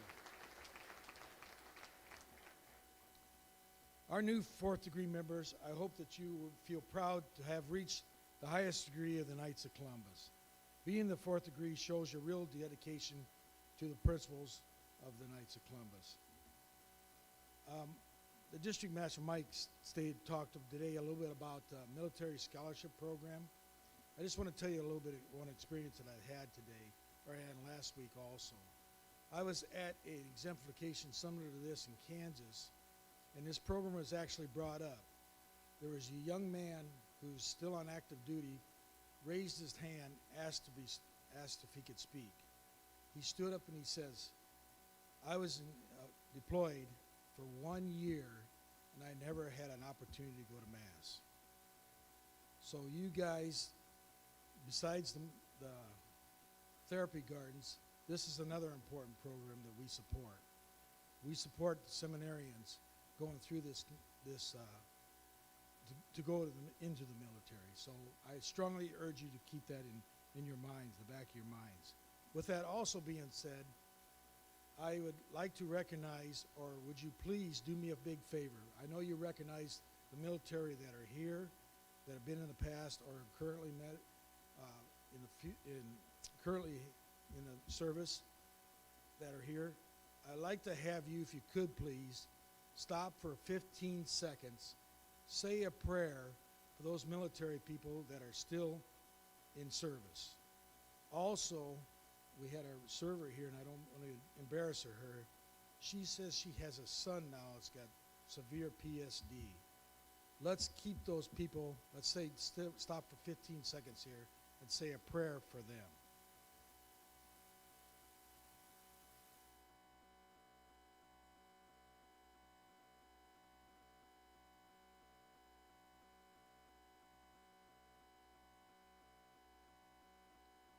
Thank you for doing that. That's for Joey, too. Achieving the fourth degree may be the highest level, but I hope you don't see it end of the road. I hope you will see today as the beginning of the journey of the Knights of Columbus. The fourth degree has always been the visible arm of the Knights of Columbus, and as we prepare for the honor guards. Whether it is in our old regalia or in our new uniforms, we stand together everywhere. That has always been an important function of the fourth degree, but not our only function. There has been a lot of debate about the change from regalia to the new uniform. I understand the opinions may be different, but I don't want that to distract us from our true goals. The fourth degree must be what we do, not what we wear. We must always be there to serve our church, our brothers, our community, our country, and our world. To get us thinking about service, I have gathered a few projects and activities that have been done in the fourth degree assemblies around our province. Remember, these are just a few. Honor guards for parades, funerals, masses, ordinations, participating in wreaths across America, volunteering at military hospitals, fundraising for the VA for the therapy gardens, providing gifts and clothes for the veterans in need, serving breakfasts on Veteran Day, providing a chalice ceremony for the fourth degree members that have passed, being a mentor to a member of the first degree, support Patriot flights, transport fellow Knights to masses, and assist to those in need from natural disasters. I hope that you have been inspired to become an active leader in your assembly. Let us make the fourth degree the visible service according to our Christian moral values. Again, I hope that today is meaningful and inspirational to you, and I hope that you will take these feelings with you and do good things around our world. May God bless you and your family, and may God bless America. Viva Jesu.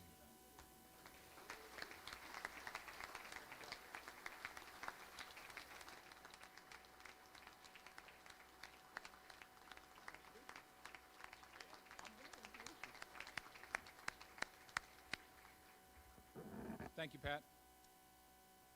So Mike Gaspers is a pretty high energy guy. Many of you know that firsthand. He's a very busy man, busy career, busy family life, a lot going on. And he finds the time to bring passion to the fourth degree in our state and has a belief in its potential.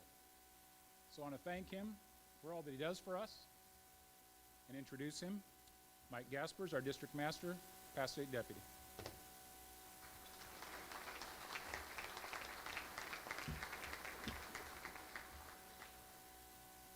I'm going to begin. I got a few words for you this evening, and for those who listened to me earlier, there'll be a couple repeats, but I know that the lovely ladies haven't heard any of this yet, so it'll be new for them, so bear with us, gentlemen. One of the guys that I have read much over the last 12 years, Father James Shaw, died Wednesday of Holy Week. And I'm going to begin my speech or my reflections this evening with a quote from him. No one will seek the highest things if he believes there is no truth, that nothing is his fault, and that government will guarantee his wants. Father Shaw was from Pocahontas, Iowa originally, and went on to a very distinguished career as a Jesuit teaching at George Washington University. And I think he represents Iowa values in that Iowans, and especially I think people in this room, believe there is truth, take accountability for what we've done or what we haven't done, and don't wait around for the government to do things for us or for others. We take action to help those in need. Our state deputy reminds us that we are called to be men of faith and action, serving our church and those in need. And right now we're living in the time God chose for us. Whether we like it or not, whether we are up to the challenge or not, it's the time that God gave us. As Knights and Knights families, we must be determined to embrace our church during this crisis time, and our priest even more. We must be determined to embrace and be accountable to the eternal truths of our faith, and especially as Sir Knights, we have a special duty to stand by our post as men of recognized civic virtue, faithfulness in church and in family life, and fidelity to the promises we've made.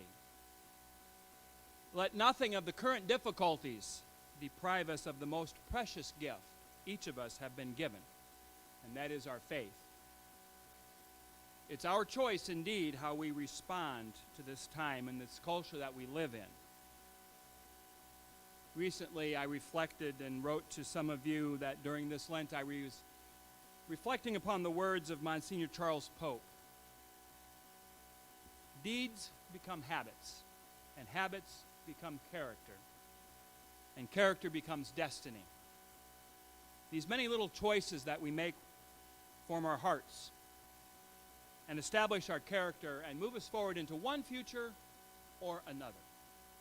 It's our choice. And as you might expect with my involvement in the Knights of Columbus, in part my reflection upon these words are how they get lived out within our councils and our assemblies. Generally recognizing how our charitable deeds as Brother Knights can move us toward a future that is filled with the transforming grace of God's love through our embrace of the cross of Christ and what that represents. Yes, we are called. But I want to reflect with you a little bit about what we are required of here and now and on into tomorrow. And it starts with those little choices that we make daily. And I propose that as Sir Knights, these little choices include to do our duty and to stand by our post, to finish those assignments we've been given and have accepted, as many of you pledged today. And so what is our duty? Perhaps, and I would like to suggest, is to continue perfecting lives of virtue and integrity, starting in our homes and in our parishes, and then extending to the broader civic community. As Knights, we have formed habits of blending lives of virtue and integrity with acts of charity as we proclaim the truth of our faith, that all are created in the dignity of our Creator. Yes, charity, yes. That first and foundational principle of all Knights. Charity, the form, the mover, the mother, the root of all other virtues. And we learn this first principle at the threshold of our Knight's journey. Today, the new Sir Knights have reached another milestone on our shared journey together. I tell you, though, that today's exemplification is not the end of the road. This path goes ever forward. You've been given through the lessons so far that we've imparted upon you for the Knights of Columbus, that which is necessary to continue forward movement, beginning a new chapter in our fraternity and in your own personal life. And where may that journey lead? How will you write the next chapter in the Knights of Columbus and in your own family life?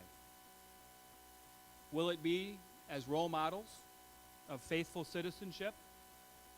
Will it be as leaders for other knights and for men in our families, our parishes, and our communities? Those will be the little choices that you need to make starting tomorrow or maybe even tonight. Will it then be to advance the dignity of every human person before God, no matter how small or how old or how lame or how unwanted in our culture?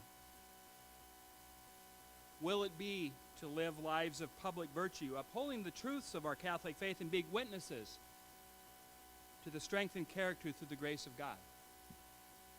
We have that choice. We need to make that choice. But what have I come to understand as I've learned to live out the principle proposed by our 4 degrees? That we're men and women of public and private virtue always. That we're interdependent with each other, especially as brothers, linked arm in arm. We're not solitary wanderers through this journey, the path that we're on, but we're a band of brothers on a mission. Remember to take courage, knowing that you are not alone, that we have a rosary in our hand and we are linked with our brothers. And I encourage you on weekends like this to keep those bonds of friendship strong, because you will need them in the days ahead. There are discouraging days before us. Springing from the love of God and of neighbor, our combined acts of service and sacrifice change the world around us as our choices to love change ourselves.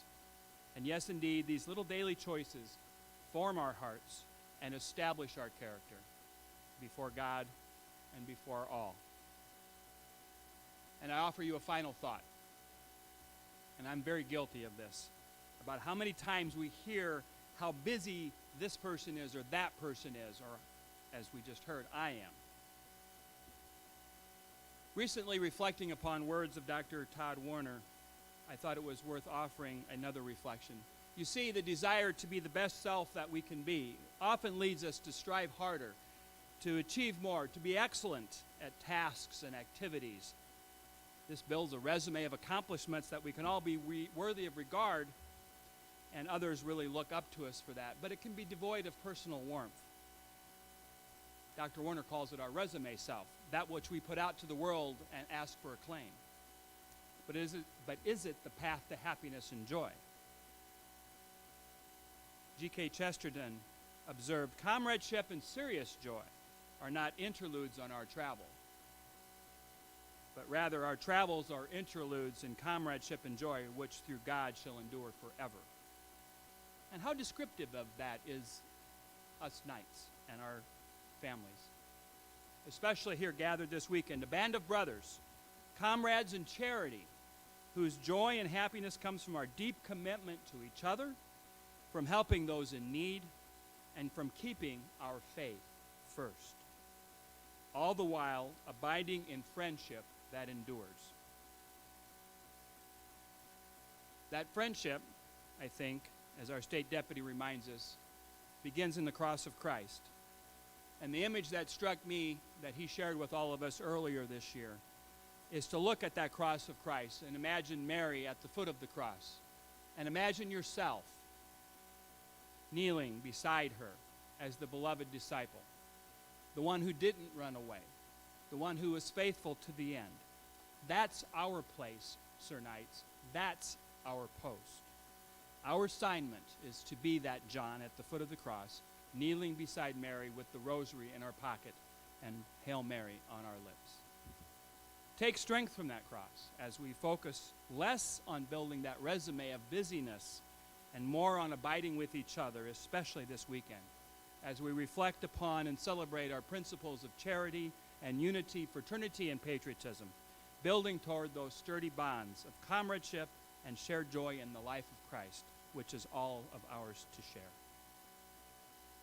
Returning to that original quote from Father Shaw, Sir Knights, I think we shall be known as living the truth and accepting accountability for ourselves and others with joy, and taking action to make the world a better place and not waiting for anyone else to do it for us. Vivat Jesus, and God bless to all of you.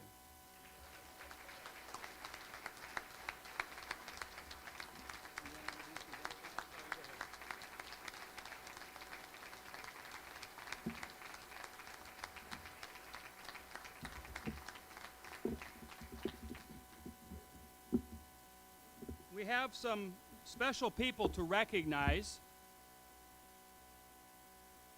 When I joined the fourth degree in 1992, there were some gentlemen who gave me the principles of that degree, and I watched them through the years continue to exemplify those principles to many, many different classes of candidates.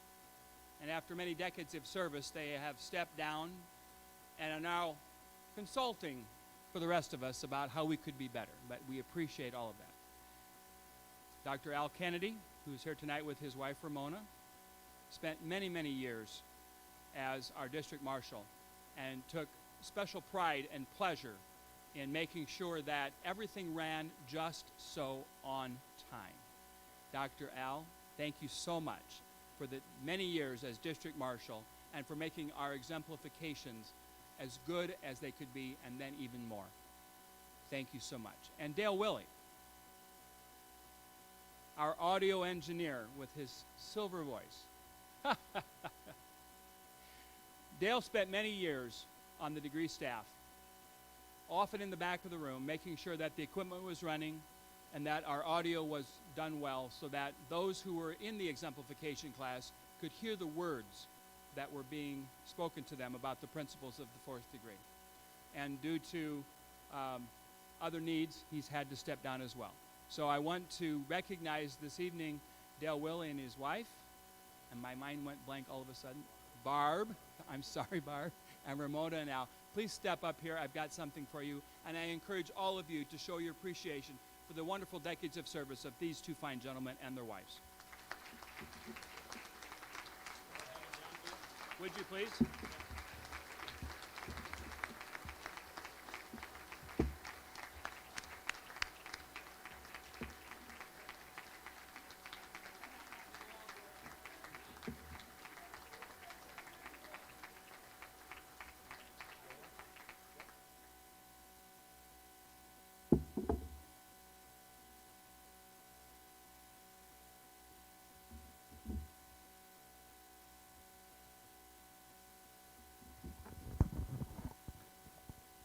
So the cameraman is, oh, the camera woman is somewhere. But we have two fine acrylic memento plaques here with their names in appreciation for decades of faithful service to the fourth degree of Iowa, awarded this May 3rd, 2019. I don't dare give the microphone to Al, but I will let Dale talk. I need to say that Al and I are two peas in a pod. When you talked about making the fourth degree better, that's what we wanted to do. When you talked about the colors and the audio, that's what we wanted to do. But guys, I'm married to a rock. If it wouldn't be for my wife, I probably wouldn't be here today. And that's the truth. And never once did she waver from what I wanted to do. Never once did she say no. She questioned me a couple times, but she's my rock. And guys, you all have that rock. You just don't know it until you experience what I've experienced. I love her to death. Al, Ramona, two of the best friends you've ever want to meet in your life. And to the degree staff, you guys are truly amazing. The memory and the memorization, the time that you put in it was a beautiful job today. I'm going to miss all of you. But Antonio, I'm also going to miss your three children. Watching them grow through the years, they've grown into a fine-looking young lady, a handsome young man, and another fine-looking young lady. God bless you all. Vita Jesus. Bye-bye.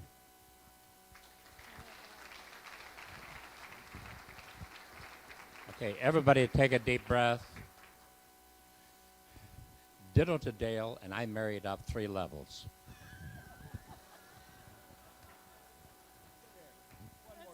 Come here.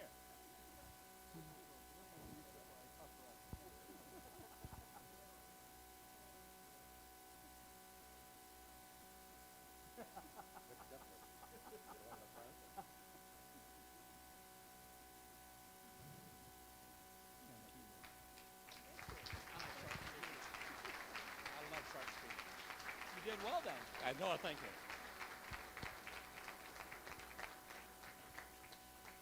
I do have 3 other degree team members to recognize this evening, and I have a certificate and some mementos for them. Vern Bondere, come on up. Vern does an excellent job with Defender of the Faith. And I got to find all this stuff I had in my pocket. There, Vern gets a nice little card saying I'm a member of the degree staff, a memento medallion, and a certificate. And Jim Murphy. Where are you at, Jim?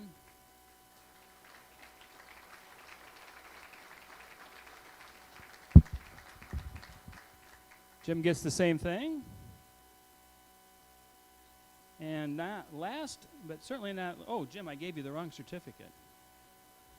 Jim. I got you the right card, but not the right certificate. I didn't look either, apparently. Hopefully it doesn't say Jim on this one, too. No, this one says David Belander. Come on up, Dave.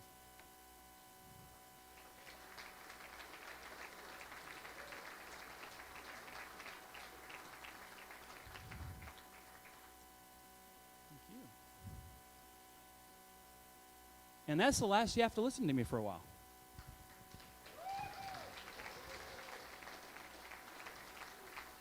So I'm going to call to the podium our state program director, Rick Jacoby. And I have a kind of a dilemma that I fell into that I want to share with you, but see what your thoughts are. I was leaving Mass one day, and in our gathering space, there were probably 500 people, pushing and shoving, trying to get out of Mass. Pretty common. And I walked by a family, children, arguing with their father about being late for Mass. This family is known to be late for Mass all the time. And these kids are getting to an age where they realize it's pretty embarrassing to show up and, kind of find some place to sit down. So they're arguing, and the root cause was Dad. Dad was he was always the one making them late. And they were arguing over, the children thought if they missed the first reading, they were late. And the father thought that if they missed the gospel, they were late. And so, I sort of thought you need to be in your seat before processional, but what do I know? Anyway, so our priest walked by, and he stopped, got in the middle of the discussion, and he said, well, actually, you're both wrong, that you're not late for Mass unless you miss offertory. So, at that, Rick Jacoby.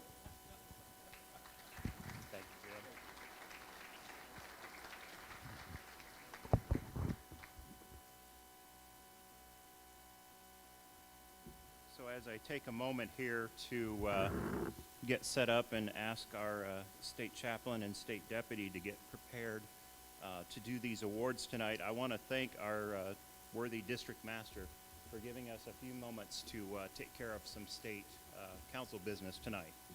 Thank you. Our first award recipient is not here tonight, but because of his important role that he plays within our parish family, I thought it important that we go ahead and we read it. And I'm running the clicker. Paul promised me this would work.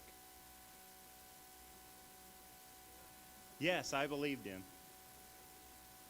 I pushed the ON button. Some call that on.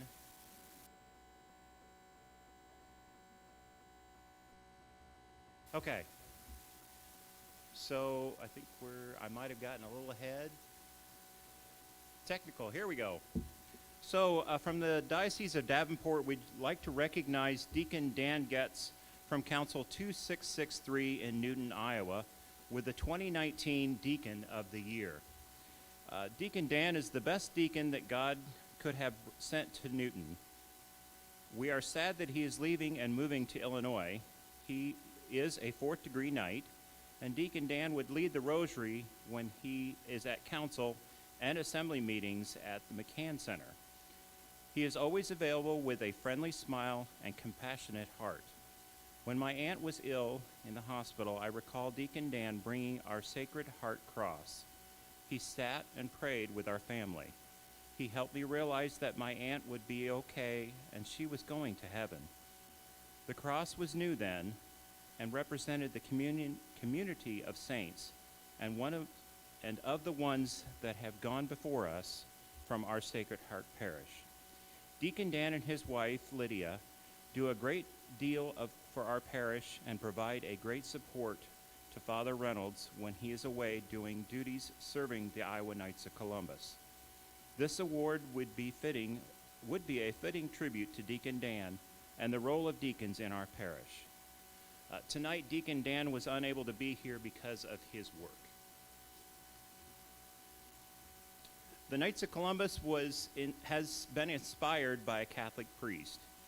That tells us that the role of our council chaplain is key to the spiritual success of the members in each council. Every year, the Iowa Knights of Columbus receive nominations for a chaplain of the year. It is my great honor on behalf of these councils to recognize the following priests. From the Diocese of Davenport, we wish to recognize Father Timothy Sheedy.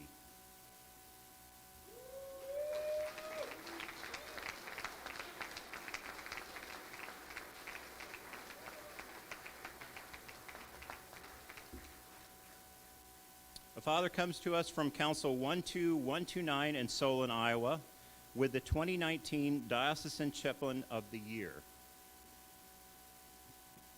Father Sheedy has been very active with our council and has challenged us to grow in our faith, devotion, and fellowship.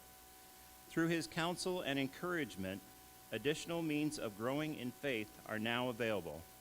2 weekends men's groups meet Saturday and Sunday mornings to read the Sunday readings, contemplating their meanings, and to explore our faith more deeply. Father Sheedy's weekend conferences have provided an opportunity for the men of the parish to grow and support each other. Not only does he encourage our members to attend, but also to be involved in the planning and to take speaking roles when they can be professing their faith. It is the privilege of the Iowa Knights of Columbus to present the Davenport Diocese Chaplain of the Year to Father Timothy Sheedy.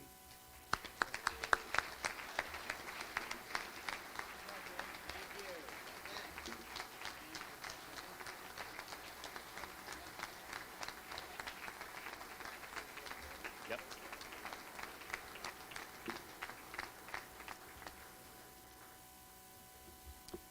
From the Diocese of Des Moines, we wish to recognize Father Trevor Shequin. I've heard this a couple of different ways. I understand the bishop sometimes says it wrong, so I'm in good company. From Council 12422 in West Des Moines, Iowa, with the 2019 Diocesan Chaplain of the Year. As our chaplain, Father Shequin assists us in many ways. He always attends our council meetings as he can and expresses a spiritual guidance to our council. He also keeps us updated on parish events and concerns of the church. His involvement in the council has also been pivotal in recruiting new Knights of the Order. Father has actively encouraged the parishioners to support Knights of Columbus events and become involved in the overall church. Father Shequin enthusiastically supports the Knights of Columbus and has been crucial to the success of the St. Francis of Assisi Council this year. He truly exemplifies the role of a parish priest in keeping with the vision of Father McGivney, and he deserves to be recognized for his efforts. It is the privilege of the Iowa State Council to present the Des Moines Diocesan Chaplain of the Year to Father Trevor Sheehy.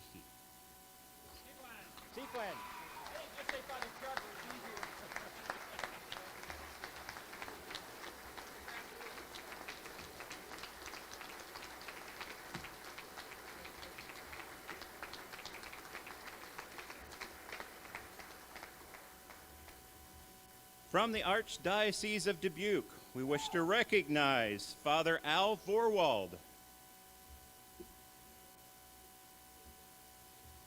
Father comes to us from Council 1734 in Dyersville, Iowa, as with the 2019 Diocesan Chaplain of the Year.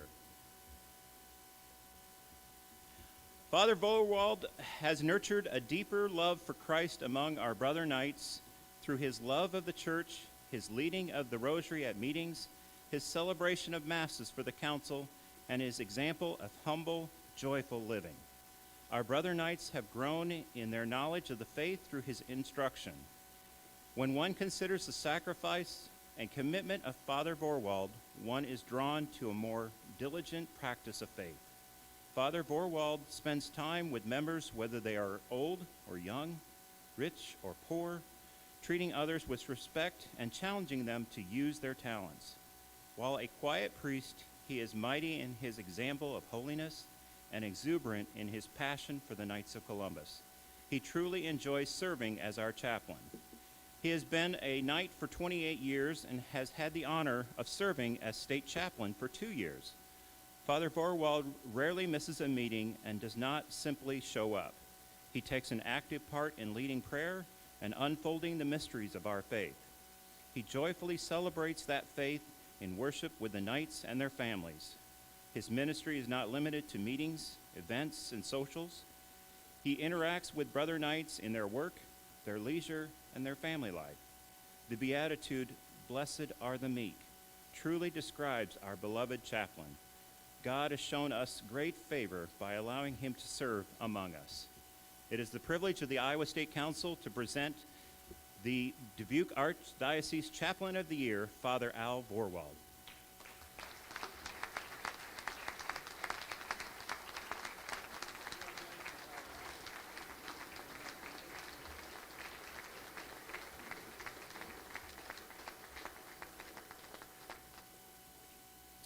From the Diocese of Sioux City, we wish to recognize Father Edward Gears.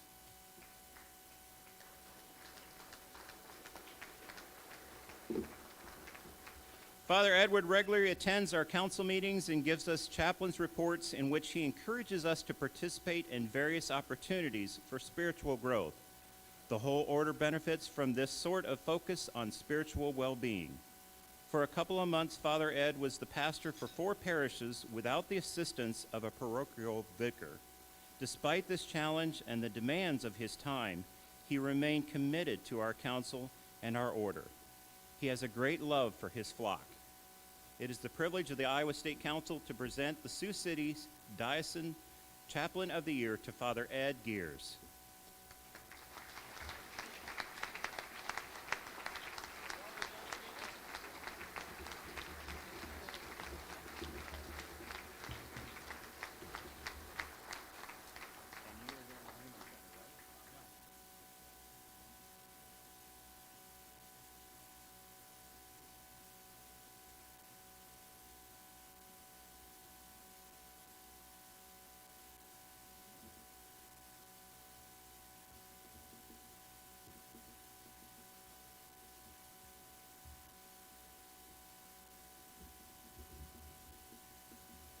Conference with my friend for a moment.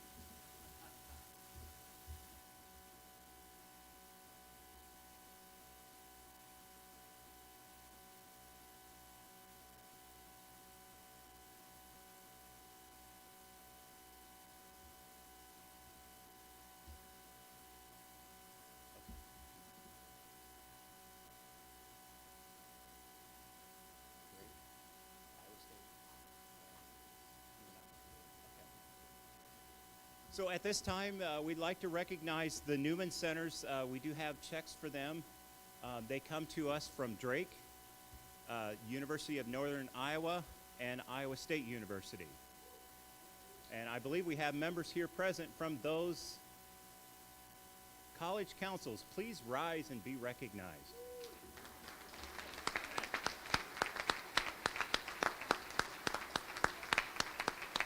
Remind them where the money came from.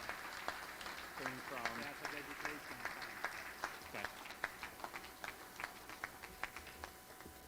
Again, I'd like to remind you that these funds came from the Catholic Education Fund. Thank you so much for being generous to this worthy program and to these fine young men who will be someday be our next leaders. Right? Shake your head, yes. Yeah. Thank you.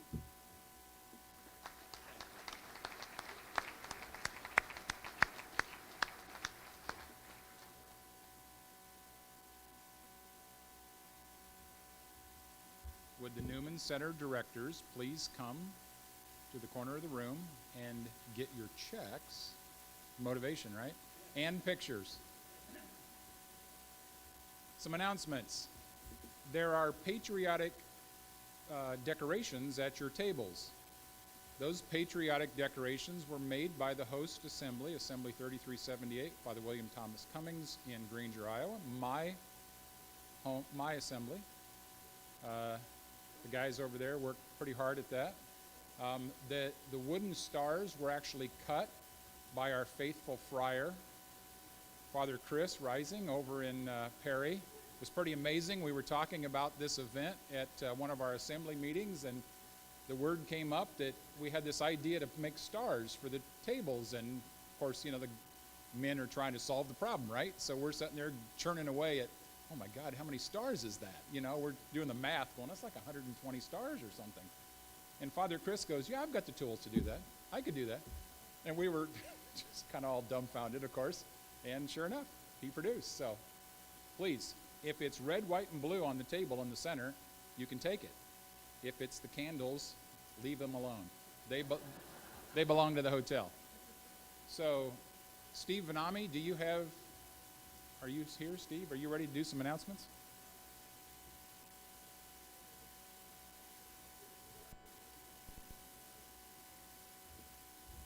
Just a few directions for tomorrow morning. There will be Mass at 8 a.m. 2 blocks from here over at St. Ambrose Cathedral. There will be a shuttle bus, and I mean a shuttle bus, it's a school bus, sitting under the canopy at 7:15 to those that don't want to walk the 2 blocks to take them over to the cathedral. Adoration Chapel will be open after Mass. And the business meeting will start at 9:30 tomorrow morning. So those that have already been checked in, please be there so we can start on time. And the hospitality down on Windows on 7th will be open till 11 o'clock this evening. So if you want to continue down there, they do have beverages and food to continue for the evening. Thank you.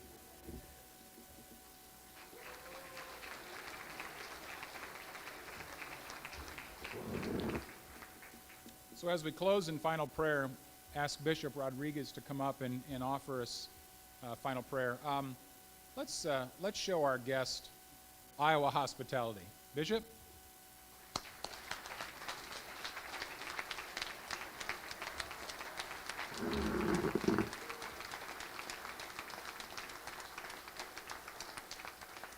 Thank you. Thank you very much.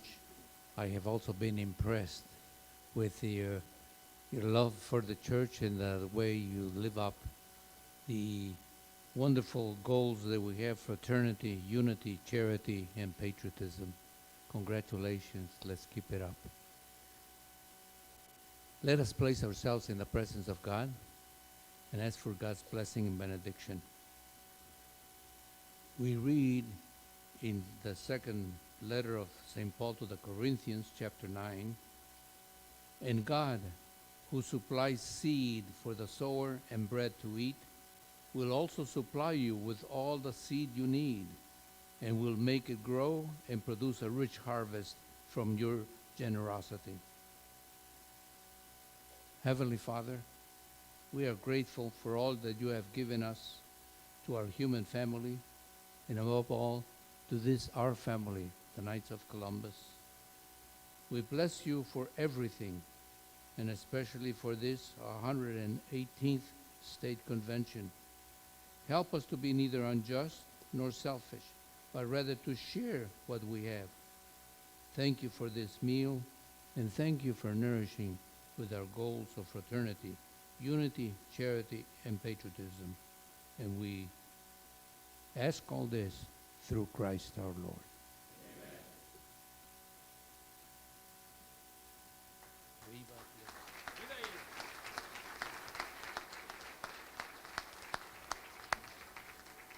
The hospitality room is open. Have a good evening.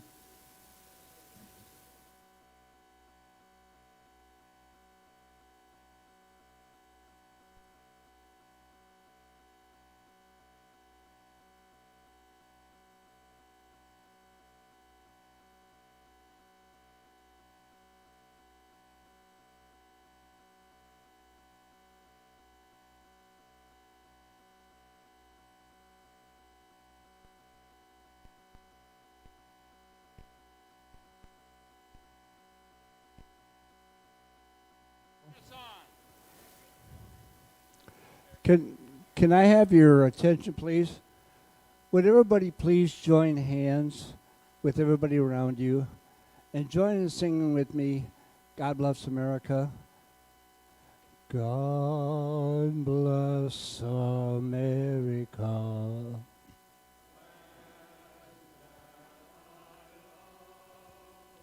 Stand beside her and guide her through the night with a light from above.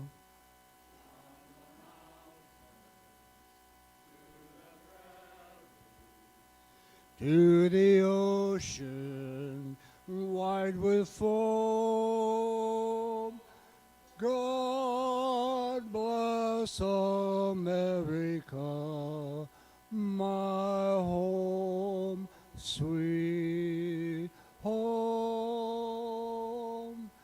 God bless America, my home, sweet home. Viva Jesus.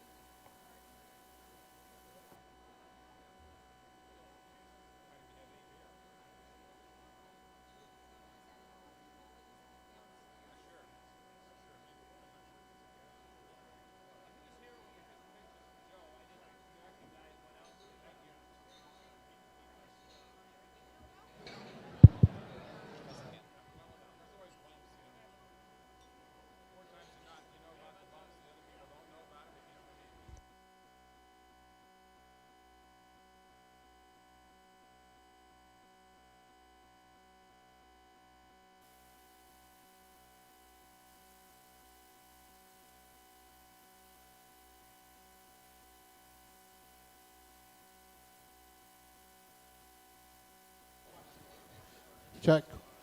If John Dautremont is still in the room, John Dautremont, if you're in the room, would you come to the podium, please? John Dautremont.